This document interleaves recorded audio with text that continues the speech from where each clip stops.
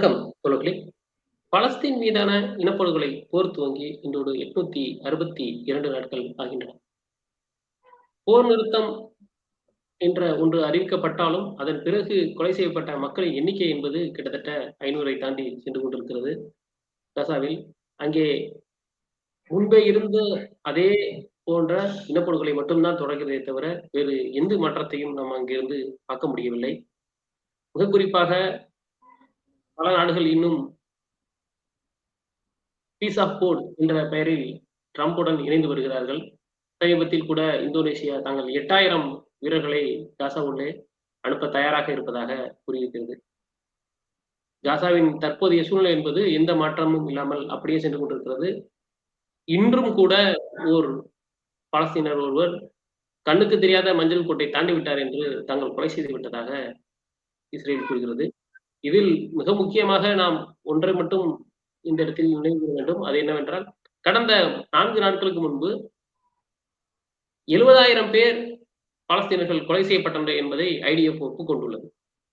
அதாவது இத்தனை நாட்கள் அப்படி எதுவுமே நடக்கவில்லை, யாரும் இல்லை, 20,000 பேர் இல்லை, 5,000 பேர் தான், 15,000 ஹமாஸ் வீரர்களை மட்டும் கொன்று விட்டோம் என்றெல்லாம் கூறி வந்தவர்கள், இப்போது 70,000 பேர் கொலை பட்டிருப்பதை முதல் முறையாக ஒப்புக்கொண்டுள்ளனர். அப்படியெனில் இந்த எண்ணிக்கை என்பது அதைவிட 2, 3 மடங்கு, 4 மடங்கு அதிகமாக இருக்கும் என்றும் கூறப்படுகிறது. இது ஒரு பக்கம் இருக்கும்போது, இதே சமயம் இதே மேற்காசியாவில் மிக முக்கியமாக ஈரான் மீதான போரை துவங்குவதற்கான அனைத்து தயாரிப்புகளையும் அமெரிக்கா மற்றும் இஸ்ரேல் செய்து வருகிறது. மிக குறிப்பாக கடந்த 3 நாட்களுக்கு முன்பு வரை பேசிய ட்ரம்பின் தொனி என்பது நெத்தன்யாகு சென்று வந்த பிறகு வேறு மாதிரி மாறியிருக்கிறது. நாங்கள் சொல்லும் ஒப்பந்தத்தில் ஈரான் கையெழுத்து இடவில்லை என்றால், அவர்கள் மீது மிக கடுமையான தாக்குதல் நடத்துவோம், ஆட்சி மாற்றம் நடைபெறும்.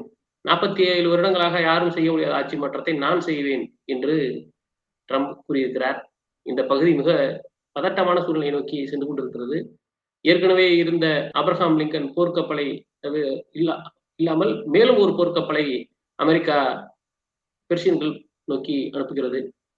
இப்படி பல்வேறு விடயங்கள் நாம் பேச வேண்டியிருக்கிறது. ஒவ்வொன்றாக நாம் விவாதிக்க உள்ளோம் தோழர் செந்தில் அவர்களுடன். வணக்கம் தோழர். வணக்கம் தோழர். தோழர், இந்த போன வாரத்தில் நடந்த ஓமான்ல நடந்த அந்த மீட்டிங்ல நிறைய விஷயங்கள் சொல்லியிருந்தாங்க. ரொம்ப தெளிவா ஈரான் போகும்போதே சொல்லிட்டே போனாங்க, எக்காரணம் கொண்டு நீங்க வந்து நியூக்ளியர் ப்ரோக்ராமை தவிர வேற எதுவும் பேசக்கூடாது அப்படின்னு அவங்க ரொம்ப ஸ்ட்ராங்கா அவங்க சொல்லியிருந்தாங்க. அதுதான் அங்க பேசப்பட்டதாகவும் சொல்லப்பட்டுச்சு. இப்ப சமீபத்துல இன்னைக்கு தேதி 14 பிப்ரவரி. இன்னைக்கு நாம கேள்விப்படுற விஷயம் என்ன அப்படின்னா, நெத்தன்யாகு வந்துட்டு போன பிறகு ஒரு தகவலை வந்து சொல்லியிருக்கிறாங்க. உங்களுக்கு வந்து இந்த பாயிண்ட்ஸ் எல்லாம் இருக்கு, இதெல்லாம் ஃபாலோ பண்ணீங்கன்னா நாங்க உங்களுக்கு தாக்குதல் நடத்த மாட்டோம் அப்படின்னு. அதாவது வந்து என்னன்னா, அவங்க ஒரு 4-5 டீட்டெயில் கொடுக்குறாங்க. இதெல்லாம் நீங்க ஃபாலோ பண்ணீங்கன்னா உங்க மேல நாங்க தாக்குதல் நடத்த மாட்டோம்னு சொல்றாங்களே தவிர, உங்களுடைய உங்க மேல போட்ட சாங்ஷன் ரிமூவ் பண்ணுவோம்லாம் சொல்லல. அவங்க சொல்றது என்ன அப்படின்னா, 60% செறிவூட்டப்பட்ட யுரேனியத்தை நாங்க சொல்ற ஆள்கிட்ட நீங்க ரிட்டர்ன் கொடுத்துடணும். 1. 2வது, உங்களுடைய ஏற்கனவே நீங்க செறிவூட்டுற அளவு வந்து 1% 4% குறைச்சுக்கணும். 1% அதிகம் போனா 4% வரைக்கும் பண்ணலாம். இதுதான் உங்களுக்கு உண்டானது. இதெல்லாம் நீங்க பண்றதுன்னு ஒத்துக்கிட்டீங்கன்னா, உங்களுக்கு வந்து கையெழுத்து போட்டு கொடுத்தீங்கன்னா, உங்களுக்கு வந்து உங்க மேல தாக்குதல் நடத்த மாட்டோம் அப்படின்னு சொல்லியிருக்காங்க. ஆனா இதுல என்ன கொடுமைன்னா, 21% வந்து ஒரு என்பிடியில் இருக்கிற ஒரு நாடு தாராளமா செய்யலாம். ஏன்னா அவருடைய உள்நாட்டு தேவைக்காக, மின்சாரத்துக்காக இருக்கட்டும், மற்ற மருத்துவ ஆராய்ச்சிக்காக இருக்கட்டும், இதுக்கெல்லாம் வந்து 20% வரைக்கும் செறிவூட்டல் செய்யலாம். இது வந்து எல்லா நாட்டுக்கும் உண்டான உரிமை. அதையே செய்யக்கூடாது, நீ 4% 1% வேணா எப்படி ஒரு நாடு ஒத்துக்கணும்னு தெரியல. போன வாரத்துல இதனுடைய ஈரான் அணுசக்தி துறையோட தலைவர் பேசும்போது என்ன சொல்றாருன்னா, 60% அப்படின்றத வித்தின் 4 மந்த்ல நாங்க வந்து டோட்டலா டைலூட் பண்ணிடுறோம். நார்மல் இது கொண்டு வந்துடுறோம். அந்த பியூரிட்டிய செறிவூட்டலை வந்து நாங்க மாத்துறோம். அதை எப்படி டெவலப் பண்ணோம், உங்க கண்ணு முன்னாடி பண்ணி கொடுத்துடுறோம். நாங்க எல்லாத்தையும் பண்ணிடுறோம். நீங்க எங்களுக்கு பண்ண வேண்டிய ஒரே வேலை வந்து, இது வரைக்கும் எத்தனை சாங்ஷன் போட்டீங்களோ எல்லாத்தையும் ஒரே தான், பிளாங்கெட் ரிமூவல், ஒட்டுமொத்தமா ரிமூவ் பண்ணிடணும் அப்படின்னு அவங்க தரப்புல இருந்து கேட்டாங்க. இவங்க வந்து அப்படியெல்லாம் பண்ண மாட்டாங்கன்னு தான் தோணுது. இந்த போர்ன்றது நீங்க ஒவ்வொரு தடவையும் சொல்லும்போது, முடிக்கும்போது சொல்லுவீங்க, war is inevitable, but what is the time we don't know. அதை பத்தி தான் சொல்லுவீங்க. எப்ப டைம் மட்டும் தான் தெரியல, ஆனா போர் நடக்கிறது தான் அப்படின்னு. இப்போ இவங்க 2வது அந்த கப்பல் கொண்டு வர்றதோட நோக்கம் கிட்டத்தட்ட போர் தானா? ஏன்னா, இப்ப இன்னும் இதுல நடுவுல வந்து செவ்வாய்க்கிழமை திருப்பி யூரோப்ல பேச்சுவார்த்தை நடக்கிறதா சொல்லியிருக்கிறாங்க. இத எப்படி நம்ம புரிஞ்சுக்கிறது? பல விஷயங்கள் ஆக்சுவலா வந்து என்பிடில இருக்கிற சரத்து பிரகாரம் நீங்க 100% வந்து என்ரிச்மெண்ட் பண்ணலாம். உங்களுக்கு அந்த உரிமை இருக்கு. அன்லெஸ் அன்டில் நீங்க வந்து வெப்பன் ப்ரொடக்ஷன் பண்ணலன்னாக்க நீங்க 100% கூட வந்து என்ரிச்மெண்ட் பண்ணலாம். ஸோ அதுக்கு எந்த கட்டுப்பாடும் கிடையாது. உங்களுடைய ப்ரோக்ராம் வந்து அமைதி வழியான நியூக்ளியர் தேவைக்காக நீங்க பண்றீங்க. ஆராய்ச்சி நிமித்தமா பண்றீங்க. இல்ல உங்களுடைய சிவிலியன் பர்ப்பஸ்க்காக நீங்க வந்து அத பண்றீங்கன்னா, அது வந்து அலோவ்டு தான். என்பிடியினுடைய சரத்த வந்து அதுதான் அலோவ் பண்ணுது. இது வந்து ஒரு நாட்டினுடைய இறையாண்மை உரிமை. இறையாண்மை தொடர்பானது. ஒரு நாடு வந்து என்பிடில சைன் பண்ணியிருக்குன்னா, அந்த நாடு வந்து அத மதிச்சு நடக்கணுங்கிறது கட்டுப்பாடு. அத மதிச்சு நடக்கலங்கிற இடத்துல தான் வந்து அதற்கு எதிரான தடைகளும், உத்தரவுகளும் வரும். ஸோ ஆனா அதுல இப்ப இவங்க கேட்கிற விஷயங்கள் எல்லாமே, நீங்க அவங்க சொல்ற அந்த 60% என்ரிச்டு யுரேனியத்த நீ வந்து வெளியில கொண்டு போயிரணும். நான் சொல்ற நாட்டுக்கிட்ட ஒப்படைக்கணும். அதேபோல 1ல அது வந்து அவங்களுடைய இந்த கோல் போஸ்ட்ட வந்து மாத்திக்கிட்டே இருப்பானுங்க. நீங்க போன முறையிலிருந்து ஆரம்பிச்சு நீங்க ஒவ்வொரு பேச்சுவார்த்தை காலகட்டமும் வந்து இப்படித்தான் கோல் போஸ்ட்ட மாத்திக்கிட்டே இருக்கிறானுங்க. அ முதல்ல சொல்லுவானுங்க, சரி ஓகே நாங்க வந்து பேச்சுவார்த்தைக்கு வரணும். நீ பேச்சுவார்த்தைக்கு வந்தா இத சுமூகமா முடிப்போம்பானுங்க. அப்புறம் வந்து இன்னும் கொஞ்ச நேரம் கழிச்சு மறுபடியும் சொல்லுவானுங்க, நீங்க அதுக்கு ஒத்துக்கிட்டீங்கன்னா, இல்ல அது பத்தாது. அடுத்தது இன்னும் வேணும். ஏன்னா போன முறை நம்ம காசாவினுடைய பேச்சுவார்த்தையில இதே தான் நடந்தது. எல்லாம் ஒத்துக்கிட்டதுக்கு அப்புறம் திரும்ப வந்து புதுசா எல்லாத்தையும் மாத்தி இந்த வெண்ணிலா கபடி குழுவுல அ பரோட்டா சூரி எப்படி வந்து திரும்ப முதல்ல இருந்து என்ன அப்படிங்கிற மாதிரி இவனுங்க வந்து திரும்ப முதல்ல இருந்து வருவானுங்க. ஸோ இது வந்து இவனுங்களுக்கு நோக்கம் வந்து இத அமைதி வழியா தீர்வு கொண்டு வரணுங்கிறது நோக்கம் கிடையாதுங்கிறது அதிலேயே தெரியும். ஆனா இந்த நாடகத்துல நம்மளும் அங்கமா இருக்க வேண்டிய அவசியம் வந்து உலக நாடுகளுக்கு இருக்கு. அதான் இங்க இருக்கிற பிரச்சனை. இவனுங்களுடைய நோக்கம்ங்கிறது ஒரே ஒரு நோக்கம் மட்டும்தான். ஈரான்ங்கிற நாடு இவ்வளவு பெரிய நாடா இண்டிஜினியஸ் தொழில்நுட்ப வளர்ச்சியோட ஆன்டி இம்பீரியல் மைண்ட் செட்டோட ஒரு ரெவல்யூஷனரி கவர்மெண்டா இருக்கக்கூடாது. அவ்வளவுதான். இந்த நாடு ரொம்ப பவர்ஃபுல்லான நாடா இருக்கு. இந்த நாடு இந்த பகுதியில ரொம்ப சுயாதீனமான தொழில்நுட்ப வளர்ச்சியோட இருக்கு. சுயாதீன தொழில்நுட்பங்களை வந்து உருவாக்கிட்டு இருக்கு. டிஃபென்ஸ் கெப்பாசிட்டி வச்சிருக்கு. ஜியோ லொகேஷன்ல வந்து ரொம்ப முக்கியமான லொகேஷன்ல இருக்கு. இது நினைச்சதுன்னா இந்த பகுதியினுடைய ஸ்ட்ராட்டஜிக் சோக் பாயிண்ட்டை வந்து கட் பண்ண முடியும். ஸோ அதனால இந்த நாடு இவ்வளவு பவர்ஃபுல் நாடா இருக்கக்கூடாது. ஒரே கண்டிஷன் அவ்வளவுதான். 2வது, இப்போ மாறி வரும் உலக ஒழுங்கு சூழல்ல இது ரைவல் பவர்ஸுக்கு ஆதரவான நாடா இருக்கு. இதனுடைய எனர்ஜி வந்து ரைவல் பவர்ஸுக்கு யூஸ் ஆகுது. மல்டிபோலாரிட்டி உருவாகிறதுலயும் யுரேஷியன் கான்டினென்டினுடைய செக்யூரிட்டியை வந்து மெயின்டைன் பண்றதுலயும் ஈரானுக்கு முக்கியமான பங்கு இருக்கு. அது ஒரு முக்கிய உறுப்பு நாடா பிரிக்ஸ் அமைப்பு நாடுகள்ல இருக்கு. அதே போல எஸ்சிஓல இருக்கு. இது எல்லாமே ரஷ்யா, சைனா போன்ற எதிர்ப்பு நாடுகள், தங்களுடைய அணியினுடைய எதிர் நாடுகள், என்ன சொல்ல போனா காம்படிட்டர்ஸ். ஜியோ பொலிட்டிக்கல் பவர் காம்படிஷன்ல, எக்கனாமிக் பவர் காம்படிஷன்ல இந்த நாடுகள்லாம் வந்து சேலஞ்ச் பண்ணக்கூடிய நாடுகளா இருக்கு அமெரிக்கன் எம்பையரை. ஸோ இப்போ இந்த நாடுகளினுடைய வளர்ச்சிக்காகவும் இல்லை இந்த நாடுகளுடைய மிலிட்டரி கெப்பாசிட்டியை வந்து வலுப்படுத்துறதுலயும் ஈரானுடைய பங்கும் இருக்கு. அதே போல ஈரானும் வந்து தனக்கு எதிரான ஒரு நாடா நீண்ட நெடு காலமா தன்னுடைய முடிவுகளை மாத்திக்காமையே இருக்கு. ஸோ இப்போ இதை வந்து நியூட்ரலைஸ் பண்ணணும். இப்போ இந்த எதிரியை வந்து நியூட்ரலைஸ் பண்ணணும். இது வந்து எப்படின்னாக்க மல்டிபோலாரிட்டியில மிக முக்கியமான 4 நாடுகள் இந்த பகுதியில இருக்கிறாங்க. நம்ம கிளியரா புரிஞ்சுக்கணும்னா 4 நாடுகள், 4 நோடல்னு நம்ம சொல்லலாம். இந்த பகுதியில் இருக்கக்கூடிய மிக முக்கியமான நாடுகள். ஒண்ணு சீனா, பிரைமரி எனிமி. ஏன்னா economic powerhouse, global manufacturing hub சைனாங்கிறது. சைனா வந்து சேலஞ்ச் பண்ணக்கூடிய அளவுக்கு, அமெரிக்கன் எம்பையரை சேலஞ்ச் பண்ணக்கூடிய அளவுக்கு வந்து வளர்ச்சி அடைஞ்சிருக்கு.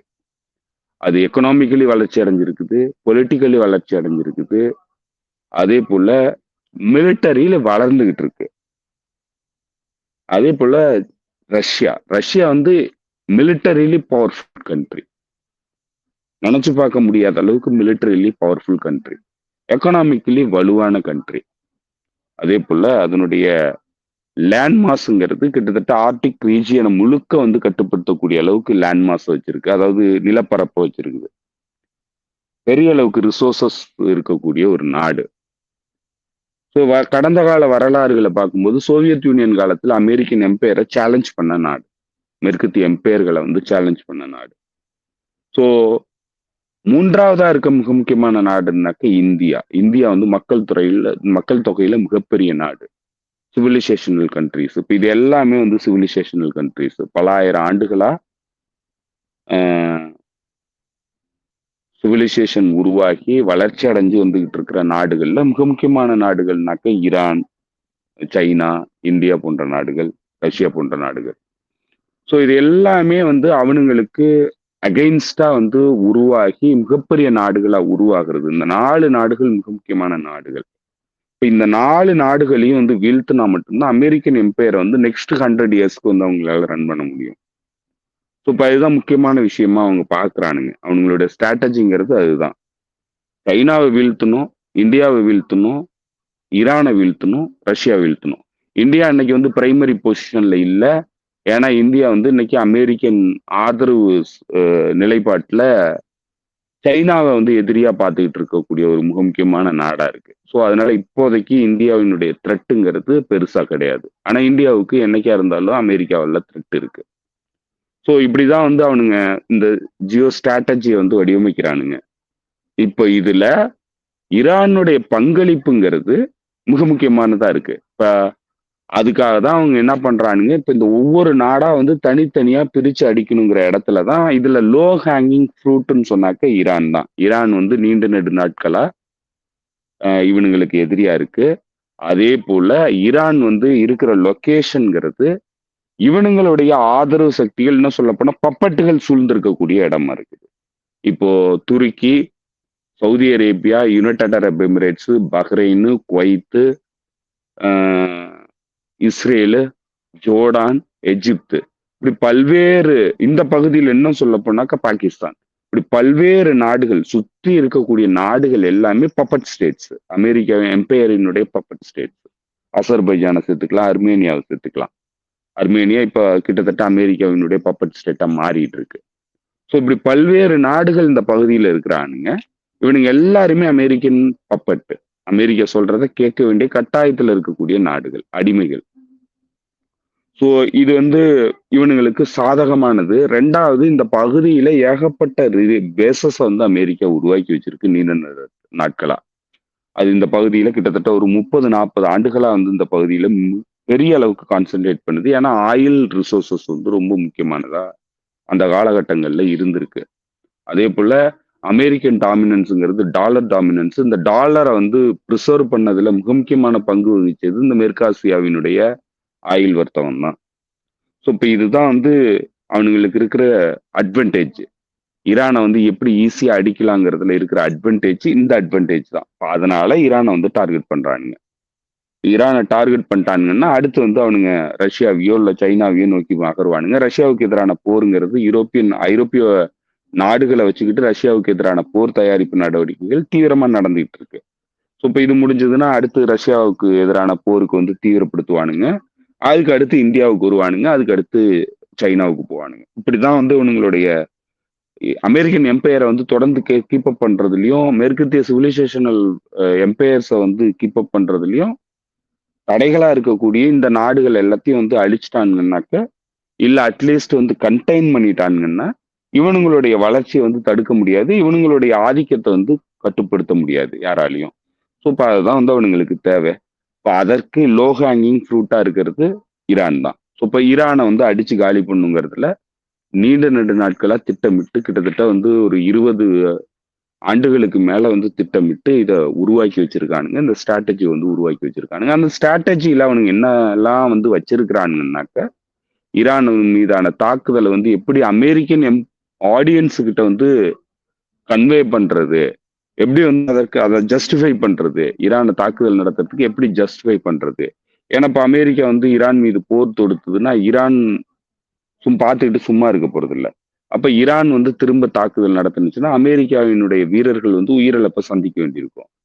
இந்த உயிரிழந்த வீரர்கள் வந்து அமெரிக்காவுக்கு பாடி பேக்ல போகும்போது அமெரிக்கன் ஆடியன்ஸ் அதை எப்படி வந்து ஏத்துக்க முடியும் அப்படிங்கிற இடத்துல தான் அவனுங்க வந்து சைக்கலாஜிக்கலா தயார்படுத்தணும் அமெரிக்கன் ஆடியன்ஸை. ஸோ அதற்காக அவனுங்க வச்சிருக்கிற வழிமுறைகள்ல பல்வேறு வழிமுறைகளை வந்து அவனுங்க வச்சிருக்கிறானுங்க. எப்படி வந்து இந்த அரசாங்கத்தை வீழ்த்துறதுங்கிறதுல. அதுல முக்கியமான வழிமுறை அவனுங்க சொல்றது பேச்சுவார்த்தை அப்படிங்கிறது. பேச்சுவார்த்தைங்கிறத இந்த நியூக்ளியரை தான் வந்து அவனுக்கு பிரைமரியா வந்து அமெரிக்கன் ஆடியன்ஸுக்கு சொல்லிட்டு இருக்கிறானுங்க. நியூக்ளியர் வெப்பனை வந்து தயாரிச்சிருச்சுன்னா ஈரானு, அது அமெரிக்காவினுடைய செக்யூரிட்டிக்கு மிகப்பெரிய சிக்கல். ஏன்னா இந்த பகுதி முழுக்க வந்து நம்மளுடைய பேசஸ் இருக்கு, அமெரிக்கன் வீரர்கள் வந்து இருக்கிறாங்க, அவங்க உயிருக்கு ஆபத்து இருக்கு. அதே போல நம்மளுடைய கூட்டணி நாடுகள் இந்த பகுதி முழுக்க இருக்கிறாங்க. அமெரிக்கன் எம்பையரை பாதுகாக்கிறதுல முக்கிய பங்கு வகிக்கக்கூடியது Saudi Arabia, United Arab Emirates, Bahrain போன்ற நாடுகள். அவங்களுக்கெல்லாம் அச்சுறுத்தல் இருக்கு ஈரான்னால. ஸோ அதனால அவங்களெல்லாம் காப்பாத்தினா தான் அமெரிக்காவினுடைய செக்யூரிட்டியை வந்து நம்ம ப்ரொடெக்ட் பண்ணிக்க முடியும். குறிப்பா வந்து அவனுங்க சொல்ல தவறுறது இஸ்ரேலினுடைய செக்யூரிட்டிக்கு ஆபத்து இருக்குங்கிறத சொல்ல மாட்டானுங்க. மற்ற எல்லா அலைஸினுடைய பாதுகாப்பும் முக்கியம் அப்படிம்பானுங்க. நம்மளுடைய அலைஸை வந்து பாதுகாக்கணுமானுங்க. இப்படி இல்லாம தான் வந்து அமெரிக்கன் ஆடியன்ஸுக்கு அவனுங்க வந்து கன்வே பண்ணிட்டு இருக்கிறானுங்க இந்த மெசேஜை. இப்படி பண்ணி தான் வந்து அவனுங்க கன்வின்ஸ் பண்றானுங்க அமெரிக்கன் ஆடியன்ஸை ஈரான் வந்து நம்மளுக்கு மிகப்பெரிய செக்யூரிட்டி த்ரெட் அப்படின்ட்டு. ஸோ அதற்கு முன்னாடி இப்ப அந்த மக்கள் வந்து பாடி பேக்ல வர்றதுக்கு வீரர்கள் வரும்போது அதை ஏத்துக்கணும்னா ஈரானை வந்து மிகப்பெரிய த்ரெட்டா வந்து மக்கள் பார்க்கணும். ஸோ அந்த போர் வந்து அவசியமானதை அவங்க பார்க்கணும். அப்ப எல்லா ஆப்ஷனையும் வந்து அமெரிக்கன் அம்பையர் வந்து பயன்படுத்தினுச்சு. ஈரான் வந்து ரீசனபிள் கிடையாது, ஈரான் வந்து போரை விரும்புனுச்சு அப்படிங்கிறத சொல்லணும். அதற்காக தேவைப்படுறது தான் பேச்சுவார்த்தைங்கிற நாடகம். அந்த பேச்சுவார்த்தைங்கிற நாடகத்துல எந்த ரிசல்ட்டும் வராது. ஏன்னா அவனுங்க எதிர்பார்க்கறது ஆட்சி மாற்றம், எதிர்பார்க்கறது ஈரானுடைய அழிவு. அது பேச்சுவார்த்தையினால பண்ணவே முடியாது. கேபிச்சுலேட் பண்ண முடியுமா? ஈரான் வந்து கேபிச்சுலேட் பண்ணுமா? இவனுக்கு கேட்கிற டிமாண்ட் எல்லாத்தையும் விட்டு கொடுத்துருச்சுன்னா ஈரானை சும்மா விட்டுருவானுங்களான்னா அப்பயும் விட மாட்டானுங்க. அதுதான் நம்ம போன முறை பேசும்போது சொன்னா சிரியால என்ன நடந்ததோ அதுதான் ஈரான்லயும் நடக்கும். நீங்க எல்லாத்தையும் அவன் கேட்கறது எல்லாத்தையும் விட்டு கொடுத்துட்டீங்கனாலும் உங்களை அவன் அழிப்பான், உங்களை விட மாட்டான். ஏன்னா நீங்க இந்த பகுதியில பவரா இருக்கிறதே அவனுக்கு பிரச்சனை, நீங்க இருக்கிறதே பிரச்சனை. அதான் அவனுங்க பாக்குறது. ஸோ இப்ப இப்படியான ஒரு கண்டிஷன்ல தான் வந்து அவனுங்க இந்த போரை வந்து கொண்டு வரானுங்க. இதுல வர்ற விளைவுகளுக்கு தான் வந்து அவனுக்கு தயங்குறானுங்க. இதனால ஏற்பட போற விளைவுகள் என்னென்ன விளைவுகள் ஏற்படும் அப்படிங்கிறதுலதான் அவனுங்களுக்கு சிக்கல் இருக்கு. அதே நேரத்துல இந்த காலகட்டத்தை வந்து நீட்டிச்சு போற அளவுக்கு அமெரிக்கன் எம்பையர் கிட்ட டைம் வந்து கிடையாது. அந்த லக்ஸுரி வந்து அவனுங்கள்ட்ட இல்லை. ஏன்னா ஏற்கனவே அவனுங்களால எதிர்கொள்ள முடியாத அளவுக்கு வளர்ச்சிகளை சைனாவும் ரஷ்யாவும் அடைகிறாங்க, ஈரானும் அடைஞ்சிட்டு இருக்கு.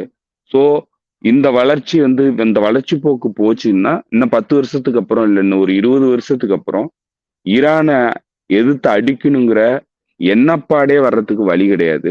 ஏன்னா அந்த அளவுக்கு வீக்கான பொசிஷனுக்கு அமெரிக்கன் எம்பையர் போயிடும். ஸோ இந்த டைம் பீரியடுங்கிறது ரொம்ப ரொம்ப முக்கியமானதா இருக்கு. ஸோ அதனால விரைவா வந்து இதை முடிக்கணும் அப்படிங்கிற இடத்துலதான் எவ்வளவு காஸ்ட் கொடுத்தாலும் பரவாயில்ல அப்படிங்கிற இடத்த நோக்கி நகர்ந்துருக்கிறானுங்க. ஸோ அதனால இவனுங்க எதை நோக்கி வர்றானுங்கன்னாக்க இப்போ இந்த பேச்சுவார்த்தை யாருக்காக நடக்குது அப்படின்னு பாத்தீங்கன்னாக்க முக்கியமான விஷயங்கள் அமெரிக்கன் ஆடியன்ஸுக்கு கன்வே பண்ணணும், கன்வின்ஸ் பண்ணணும். நாங்க எங்களுடைய முயற்சிகளை எல்லாத்தையும் எடுத்தோம், ஈரான் வந்து இதுக்கு ஒத்து வரல, அதனால நாங்க போருக்கு போறது தவிர வேற வழியே கிடையாது. ஏன்னா அமெரிக்கன் செக்யூரிட்டியை வந்து பாதுகாக்கணும். ஸோ அது வந்து முக்கியமான விஷயமா அவனுங்க வந்து இத ஒரு சைக்கலாஜிக்கலா ப்ரொபகேண்டா வாரா நடத்துறதுக்காக தான் இந்த பேச்சுவார்த்தைக்கு முதல்ல வரானுங்க. ரெண்டாவது முக்கியமான விஷயம் என்னன்னா யாருக்காக வரானுங்கன்னா இந்த பகுதியினுடைய இவனுங்களுடைய கூட்டாளிகள், குறிப்பா சொல்ல போனா சவுதி அரேபியா, துருக்கி போன்ற நாடுகள். சவுதி அரேபியாவுக்கும் துருக்கிக்கும் மிகப்பெரிய அச்சுறுத்தல் இருக்கு. ஒருவேளை அமெரிக்கா வந்து இந்த போரை வந்து ஆரம்பிச்சதுன்னா ஈரானுடைய மிசைல் கெப்பாசிட்டி ரொம்ப அதிகமா இருக்கு. அது வந்து அடிச்சதுன்னாக்க சவுதி அரேபியாவுக்கும் துருக்கிக்கும் மிகப்பெரிய சிக்கலாகும். அப்ப துருக்கியும் சவுதி அரேபியாவும் இந்த போர்ல வந்து நேரடியா இன்வால்வ் ஆக வேண்டிய கட்டாயம் வரும். அப்படி வந்துச்சுன்னா அந்த பகுதி முழுக்க போர் விரிவடையும். ஈரானுடைய கெப்பாசிட்டி அதிகமா இருக்கு. அதனால அவனுங்களுக்கு மிகப்பெரிய பாதிப்பு உருவாகும். அதே போல இந்த பகுதியினுடைய ஆக்சிஸ் ஆஃப் ரெசிஸ்டன்ஸ் ஆக்டிவேட் ஆச்சுன்னாக்க இந்த பகுதியே கேஆட்டிக் சுச்சுவேஷன்ல போகும். இவ்வளோ நாளா பாதுகாத்துக்கிட்டு இருக்கிற இவனுங்களுடைய சொத்துகள் எல்லாமே நாசமாக்கும். அதனால இவனுங்களுக்கு மிகப்பெரிய சிக்கல். இவனுங்களுடைய அரசாங்கங்கள் ரொம்ப ரொம்ப வீக்கான அரசாங்கங்கள். ஏன்னா மக்கள் வந்து இந்த மாதிரியான ஒரு கேஆட்டிக் சுச்சுவேஷன் உருவானுச்சுன்னா இந்த பகுதி முழுக்க வந்து கிளர்ச்சி உருவாகும். கிளர்ச்சி உருவானுச்சுன்னா இங்க இருக்கிற அரசாங்கங்கள் எதுவுமே நிலைக்கிறதுக்கான வாய்ப்பு கிடையாது. ஸோ அப்படி மாறுனுச்சுன்னா ஒட்டுமொத்தமா இந்த பகுதியினுடைய அரசியல் தன்மைங்கிறது வேற வேற தளத்தை நோக்கி நகர்ந்துரும். ஸோ அதனால அதை வந்து ஈடு கொடுக்க முடியாத அளவுக்கு ஒரு மிகப்பெரிய சிக்கலை வந்து இந்த நாடுகள் வந்து எதிர்கொள்ளுது. ஸோ அதனால அவங்க என்ன கேட்குறாங்கன்னா அமெரிக்கன் எம்பையர் கிட்ட கெஞ்சி கூத்தாடி பேச்சுவார்த்தை நடத்துங்க. பேச்சுவார்த்தையில ஈரான் வந்து ஒத்து வரலன்னா அதுக்கு மேல நமக்கு ஜஸ்டிஃபிகேஷன் கிடைக்கும். அப்ப உங்க கூட போருக்கு நாங்களும் வர முடியும். எங்க மக்கள்கிட்ட நாங்க கன்வே பண்ண முடியும். இதுதான் பிரச்சனை. ஈரான் தான் பிரச்சனை. அப்ப ஈரான் கூட எல்லா வகையான முயற்சியும் மேற்கொண்டாங்க. எதுவும் நடக்கல. நம்ம மீது தாக்குதல் நடத்துறாங்க. ஏன்னா அமெரிக்கன் பேசஸ் இங்க இருக்குங்கிறதுனால சவுதி அரேபியால தாக்குதல் நடத்துறாங்க. அதே போல துருக்கியில தாக்குதல் நடத்துறாங்க. யுனைடெட் அரப் எமிரேட்ஸ் மீது தாக்குதல் நடத்துறாங்க. எல்லா நாடுகள் மீது ஈரான் தாக்குதல் நடத்துது. ஸோ அதனால ஈரான் வந்து நம்மளுடைய எதிரி. அதனால நம்மளும் வந்து போருக்கு போக வேண்டிய கட்டாயம் இருக்கு அப்படின்னு சொல்லிக்கலாம். ஸோ அதனால அவனுங்க என்ன கேட்குறானுங்கன்னா இந்த போரை வந்து முடிஞ்ச வரைக்கும் அவாய்ட் பண்ணுங்க. அப்படி இல்லைன்னா வந்து நீங்க பேச்சுவார்த்தையின் மூலமா முடிக்க பாருங்க. அப்படி இல்லைன்னாக்க நீங்க கன்வே பண்றதுக்கு எங்களுக்கும் வந்து சாதகமா இருக்கும். நாங்களும் வந்து எங்க மக்களுக்கு வந்து கன்வே பண்ண முடியும். ஸோ அதனால இந்த பேச்சுவார்த்தையை நீங்க நடத்துங்க அப்படின்னு சொல்லி கேட்குறானுங்க. இந்த 2 அழுத்தமும் தான் மிக முக்கியமான அழுத்தமா இருக்கு அமெரிக்காவை பொறுத்தளவுல. ஏன் வந்து இந்த பேச்சுவார்த்தை அவங்க வரானுங்கிறதுல.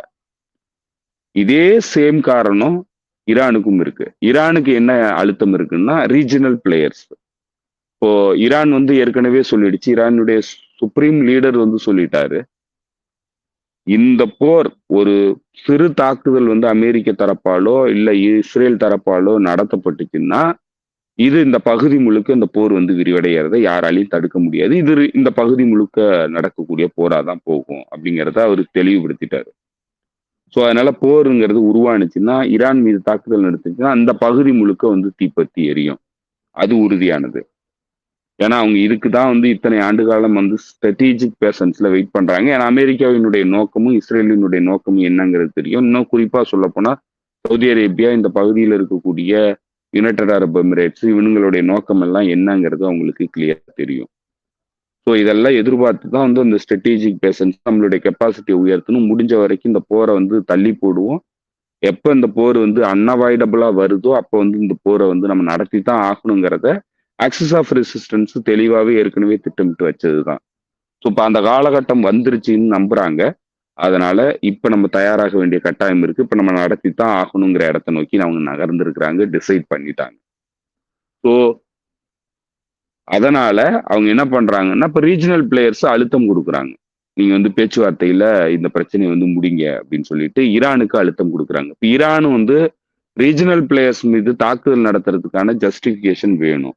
அப்ப நான் பேச்சுவார்த்தையில எல்லா முயற்சியும் மேற்கொண்டேன். நீங்க சொன்ன மாதிரி நான் பேச்சுவார்த்தைக்கு ஈடுபட்டேன். பேச்சுவார்த்தையிலையும் எந்த முன்னேற்றமும் ஏற்படலை. ஏன்னா எங்களுக்கு சோவரின் உரிமையே வந்து வழங்கலை அமெரிக்கா. அமெரிக்கா வந்து ரீசனபிள் கிடையாது அப்படின்னு சொல்லிட்டு அவங்க வந்து இந்த பகுதியினுடைய நாடுகளுக்கு கன்வின்ஸ் பண்ணணும். ஸோ ஒருவேளை நாளைக்கு தாக்குதல் நடந்தா கூட நீங்க எல்லாம் வந்து சொன்னீங்க நான் பேச்சுவார்த்தையில் ஈடுபட்டேன், கடைசி என்ன நடந்தது நீங்களே பாருங்க, இதுக்கு மேல என்னால எதுவும் பண்ண முடியாது அப்படின்னு சொல்லிட்டு ஈரான் வந்து ஜஸ்டிஃபை பண்ணணும். ஸோ அதனால இந்த பேச்சுவார்த்தை வந்து அவங்களுக்கு தேவையா இருக்கு. இப்ப அமெரிக்கன் தரப்பு எப்படி வந்து லூல் பண்ணி லாஸ்ட் டைம் வந்து பேச்சுவார்த்தைங்கிற பேர்ல வந்து ஈரானை வந்து நம்ப வச்சு கழுத்தறுத்தானுங்களோ அதே மாதிரி இந்த முறையும் கழுத்தறுக்கிறதுக்கான எல்லா வாய்ப்பும் இருக்கு. அப்ப அதே மாதிரி இவங்களும் இந்த வாய்ப்பை வந்து பயன்படுத்துறதுக்கான வாய்ப்பும் அதிகமா இருக்கு. ஏன்னா இதே மாதிரி நீங்க போன முறை என்ன பண்ணீங்களோ அதே மாதிரி நியூக்ளியர் பேச்சுவார்த்தைங்கிற பேர்ல ஈடுபட்டுக்கிட்டு இருக்கிற இதே சமகாலத்துல நியூக்ளியர் வெப்பன் ப்ரொடியூஸ் பண்றதுக்கான வாய்ப்பும் இருக்கு.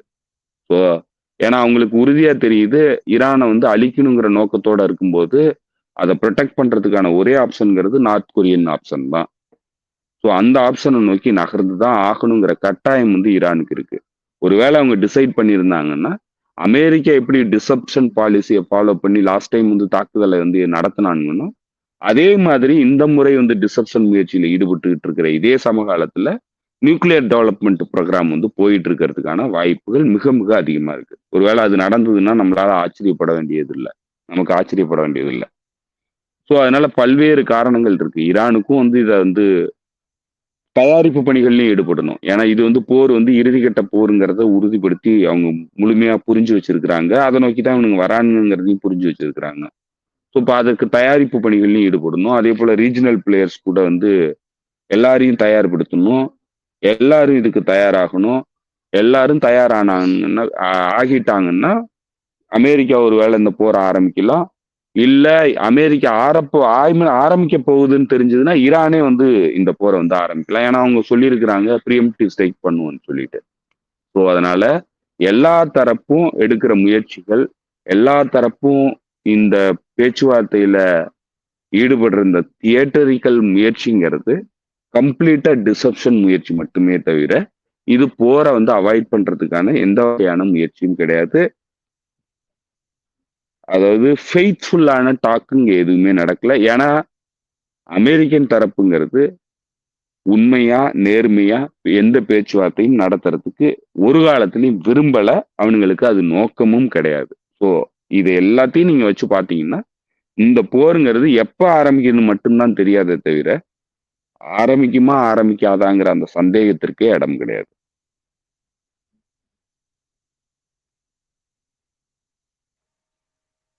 இந்த பேச்சுவார்த்தை நடந்துட்டு இருக்கும்போது அன்னைக்கு லாரிஜானி வந்து இது வந்திருந்தாரு,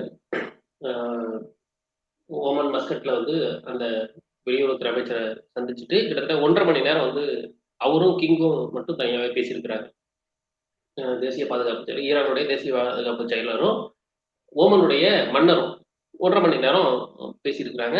அப்போ வந்து ஒரு ரிட்டர்ன் வரும்போது ஒரு போட்டோ ரிலீஸ் ஆச்சு. என்னன்னா அவர் பக்கத்துல வந்து ஒரு லெட்டர் வச்சிருந்தாங்க. அந்த லெட்டர் வந்து யுஎஸ்ஏ கொடுத்த லெட்டரு. அது வந்து சுப்ரீம் கிட்ட கொண்டு போறாங்க, இல்ல வந்து பிரசிடென்ட் கொண்டு போறாரு அப்படின்னு அவங்க சொன்னாங்க.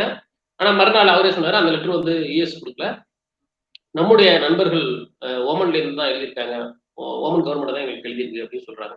அப்ப நீங்க சொல்றதை வச்சு நான் பார்க்கும்போது ஸோ இதுல வந்து மற்ற நாடுகள் மாதிரி ஓமனும் ரொம்ப இன்ட்ரெஸ்டா தான் இருந்துச்சு. ஏன்னா வந்து இந்த பேச்சுவார்த்தை நடக்கணும், எக்காரணம் ஒண்ணு இந்த போர் தொடங்கக்கூடாதுன்றதுல ரொம்ப ரொம்ப தெளிவா இருக்கிறாங்க. அதை ஈரானையும் பார்க்க முடியுது, பல இடங்கள்ல அதை பார்க்க முடியுது.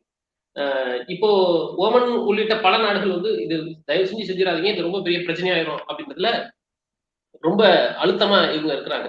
இத வந்து அமெரிக்கா கேட்காது அப்படின்றது ஒண்ணு.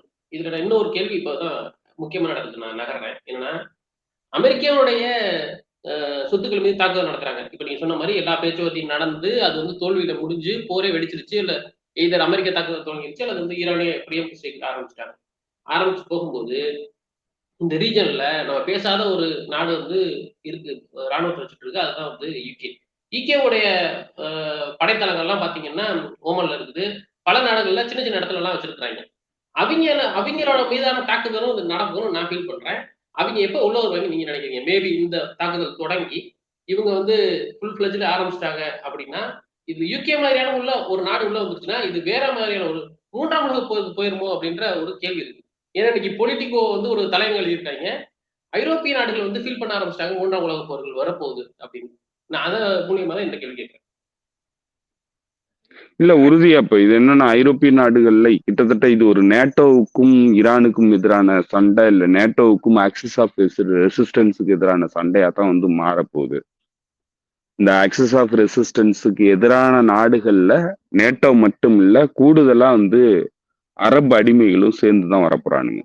ஸோ ஒட்டுமொத்தமா இந்த ரீஜியனுடைய அமெரிக்கன் பப்பட்ஸ் கூடவே வந்து நேட்டோ இவனுங்க எல்லாரும் சேர்ந்துதான் வந்து இந்த போருக்கு வந்து வரானுங்க. அதுக்கு தான் தயாராகிட்டு இருக்கிறானுங்க. நீங்க சமீப காலங்கள்ல ஐஆர்ஜிசியை வந்து டெரர் ஆர்கனைசேஷனா யூரோப்பியன் யூனியம் வந்து அனௌன்ஸ் பண்ணியிருக்கு. இப்ப வந்து அனௌன்ஸ் பண்ண வேண்டிய தேவை எங்கிருந்து வருது? உங்களுக்கு தெரியும் 2009 இனப்படுகொலை போர் நடந்த காலகட்டத்துல கடைசியா புலிகள் அமைப்ப தீவிரவாதிகள் பட்டியல்ல சேர்த்தது வந்து ஐரோப்பிய ஒன்றியம். அந்த ஐரோப்பிய ஒன்றியத்துக்கு அழுத்தம் கொடுத்தது யுனைடெட் கிங்டம், யூகே தான். யூகே அழுத்தம் கொடுத்து கடைசியா வந்து வேற வழியே இல்லாம ஐரோப்பிய ஒன்றியம் வந்து புலிகள் அமைப்ப தீவிரவாத பட்டியல்ல சேர்த்தது. இந்த தீவிரவாத பட்டியல்ல சேர்த்ததுக்கு அப்புறம் புலிகளினுடைய எல்லா ஆக்டிவிட்டியும் வந்து உலகம் முழுக்க வந்து கட் பண்ணானுங்க. குறிப்பா வந்து ஐரோப்பிய ஒன்றிய நாடுகள்ல டயஸ்போரா கம்யூனிட்டி வந்து இயங்க முடியாத அளவுக்கு நெருக்கடியை கொடுத்து நிதி உதவி, ஆயுத உதவிகள் எதுவுமே வந்து பொருளுக்கு வர முடியாத அளவுக்கு தடை பண்ணானுங்க. அதுக்கப்புறம் தான் வந்து போற ஆரம்பிச்சானுங்க. நீங்க அதே மாதிரி தான் வந்து இன்னைக்கு ஈரானுக்கு எதிரான நடவடிக்கைகள் வந்து தீவிரமாயிட்டு வருது. ஒரு பக்கம் உள்ளுக்குள்ள இருந்து தீவிரவாதிகள் மூலமான தாக்குதல், அருகில் இருக்கக்கூடிய சப்ரெஸ்ட் அதாவது பிரிவினைவாதிகள் வழியான தாக்குதல், இன்னொரு பக்கம் வெளியிலிருந்து நடத்தப்படக்கூடிய தாக்குதல், எக்கனாமிக்கலி நடத்துற தாக்குதல். இத வந்து அமெரிக்காவினுடைய ட்ரெஷரி செக்ரட்டரி வந்து வெளிப்படையாவே சொல்றான் பெசன்ட். நாங்க தான் வந்து ஈரானுடைய கரன்சி வந்து விழ வச்சோம். நாங்க கொடுத்த அழுத்தம் தான், நாங்க பண்ண வேலை தான். அதனாலதான் வந்து ஈரானியன் கரன்சி ரியால் வந்து விழுந்துச்சு, அதனுடைய மதிப்பு விழுந்துச்சு. அது விழுந்ததுனாலதான் போராட்டம் பிடிச்சது. ஸோ போராட்டத்துக்கான காரணம் நாங்க தான் அப்படிங்கிறத வெளிப்படையாவே ஒத்துக்கிறான். எந்த ஷேமும் கிடையாது அவனுக்கு. எந்த வகையிலையும் வந்து நாங்க அதை பண்ணி இது அது வந்து சர்வதேச விதிகள் பிரகாரம் வந்து குற்றம் பண்ணக்கூடாது. ஆனா அதை பண்ணோங்கிறத நேரடியாவே ஒத்துக்கிறானுங்க. ஸோ பொருளாதார ரீதியான போர் இது எல்லாத்தையும் சமகாலத்துல நடத்திட்டு இருக்கிறானுங்க. இது எல்லாத்தையுமே வந்து நடத்திட்டு ஈரானை வந்து வீழ்த்தறதுக்கான எல்லா வழிமுறைகளையும் வந்து ஃபாலோ பண்ணிட்டு இருக்கானுங்க. புலிகளுக்கு எதிராக வந்து எப்படி பொருளாதார தடை விதிக்கிறது, இப்ப இந்த புலிகள் அமைப்பை வந்து தீவிரவாத பட்டியலில் இணைக்கிறது, அதன் மூலமா அதுக்கு வரக்கூடிய உதவிகளை எல்லாத்தையும் கட் பண்றது, நடுவுல வந்து இவங்களை பிசீச் பண்றது, இந்தியாவில இருந்து எந்த விதமான போக்குவரத்தும் நடைபெறாத அளவுக்கு வந்து கோஸ்டல் கார்டை வச்சு பிளாக் பண்றது, எல்லா விஷயத்தையும் பண்ணிட்டு இறுதிக்கட்ட போற வந்து ஆரம்பிச்சு பண்ண மாதிரியே வந்து கிட்டத்தட்ட இன்னைக்கு எல்லா சூழ்நிலையும் வந்து உருவாக்கி கொண்டு வந்திருக்கிறானுங்க. மிகப்பெரிய நெருக்கடி, பொருளாதார நெருக்கடி, மக்கள் வந்து மிகப்பெரிய அளவுக்கு துன்பத்தை அனுபவிக்கிறாங்க. அந்த அளவுக்கு நெருக்கடியை வந்து உருவாக்கி இருக்கிறானுங்க. இது லாங் டேர்ம்ல வந்து ரொம்ப அழுத்தத்தை கொடுத்துக்கிட்டே வரானுங்க. இப்ப ஈரானுக்கு வேற எந்த ஆப்ஷன் இருக்குன்னு பாத்தீங்கன்னா எதுவுமே இல்லை. இப்போ மற்ற நாடுகள் கூட வந்து ஏதாவது வர்த்தகத்தை மெயின்டைன் பண்ணி தன்னுடைய பொருளாதாரத்தை வந்து சீர்படுத்திக்க முடியுமான்னா அப்படியும் போறதுக்கும் விடாம இப்ப 25% டாரிஃப் மறுபடியும் போட்டிருக்கானுங்க. ஸோ எல்லாருமா சேர்ந்துக்கிட்டு தான் இதை பண்றானுங்க. இதுல எந்த பிளவும் கிடையாது. அவனுங்களுக்குள்ள எந்த பிளவும் கிடையாது. அவனுங்களுக்குள்ள இருக்கிற பிளவுகள் எல்லாமே அவனுங்களுக்குள்ள வந்து ஏதாவது சிக்கல் உருவாகுது, இல்ல ஒரு பகுதி வந்து ஒரு டெரிட்டரி வந்து தனக்கு வேணும்னு சொல்லி கேட்கும்போது தான் அவனுங்களுக்குள்ள வந்து பிளவு உருவாகுது. அதுதான் நீங்க பாத்தீங்கன்னாக்க கனடாவுக்கும் அமெரிக்காவுக்கும் ஏற்பட்ட பிளவு, அதுதான் டென்மார்க்குக்கும் அமெரிக்காவுக்கும் ஏற்பட்ட பிளவு. அதை தவிர்த்து அவனுங்களுக்குள்ள வேற எந்த பிளவும் இல்லை. உலகத்தை கொள்ளையடிக்கிறதுல, உலகத்தை அழிக்கிறதுல அவனுங்களுக்குள்ள எந்த பிளவும் கிடையாது. அதுல இணைந்துதான் இயங்குறானுங்க. அதே மாதிரிதான் பிரான்ஸும் சொல்லியிருக்கிறான். ஈரானுக்கு எதிரான நடவடிக்கையை வந்து அதாவது ஈரானுக்கு எதிராக வந்து பிரச்சனை வந்ததுனாக்கா அவனுங்களும் கலந்துக்குவோங்கிறது தான் அவனுங்களும் எக்ஸ்பிரஸ் பண்றானுங்க. பிரிட்டன் சொல்லவே வேண்டாம், கூப்பிடாம அலையா விருந்தாளியா வந்து வந்துருவான் அவன். அவனுக்கு வந்து எதுவுமே கிடையாது, எந்த ஷேமும் கிடையாது. பிரிட்டிஷ் எம்பையருங்கிறது ஒரு ஷேம்லெஸ் எம்பையர். ஸோ அவனுங்க எந்த வகையிலையும் வந்து அதுக்கெல்லாம் வெக்கப்படவே மாட்டானுங்க, தொடச்சிட்டு போயிடுவானுங்க. ஸோ அதனால அவனுங்களும் வருவானுங்க. ஸோ இப்போ இது எல்லாமே, ஆனா இங்க ப்ராப்ளம் என்னன்னாக்கா இது உலக போரா போகுமா அப்படிங்கிறதெல்லாம் நமக்கு தெரியாது. ஆனா இது எல்லாமே ஒட்டுமொத்தமா இஸ்லாமிய மக்களுக்கு எதிரான போரை தான் வந்து அவனுங்க ஆரம்பிக்கிறானுங்க. ஈரான், ஆக்சஸ் ஆஃப் ரெசிஸ்டன்ஸ், இந்த நாடுகள் தான் வந்து இதை எதிர்கொண்டாகணும். ஸோ அப்படியான ஒரு சூழ்நிலை தான் இருக்கு. இவனுங்க எல்லாரும் சேர்ந்து அடிக்க போறானுங்க. ஈரானும் மற்ற நாடுகள், மற்ற இவங்களுடைய கூட்டணி அமைப்புகளும் சின்ன சின்ன இப்போ நாடுகள்னு சொல்லிக்கிறதுக்கு எதுவுமே இல்லை. யமன்லயும் வந்து முழு நாடுன்னு நம்ம சொல்ல முடியாது. ஸோ அதனால ஈரானுக்கு ஆதரவான நாடுகள் எதுவுமே இல்லை, அமைப்புகள் மட்டும்தான் இருக்குது. அவங்களுக்கும் மேற்கத்திய அணிக்கும் எதிரான போராதான் வந்து இந்த போர் வரும். இப்படியான இடத்துல ரஷ்யா, சைனா போன்ற நாடுகள் ஈரானுக்கு உதவி பண்ணலாமே தவிர நேரடியா போர்ல பங்கெடுப்பாங்கன்னு நம்மளால எதிர்பார்க்க முடியாது. ஏன்னா அந்த மாதிரி எதிர்பார்த்து ஏமாறுறதுக்கு நம்ம இதுக்கு மேலேயும் விரும்பல. ஸோ அதான் சூழல். அது வந்து உலகப் போரா போகுமா? அது எப்படியெல்லாம் விரிவடையும் அப்படின்லாம் நமக்கு தெரியல. இப்போதைய சூழ்நிலையில மேற்கத்திய தரப்பு எல்லாம் ஒண்ணு சேர்ந்து நிக்கிறானுங்க. ஈரானும் ஈரானுடைய அலைஸா இருக்கக்கூடிய மற்ற ஆக்சிஸ் ஆஃப் ரெசிஸ்டன்ஸ் அமைப்புகளும் மட்டும்தான் இருக்கிறாங்களே தவிர மற்ற நாடுகள் வந்து இவங்க கூட நிப்பாங்கன்னு நம்மளால உறுதியாவே சொல்ல முடியாது.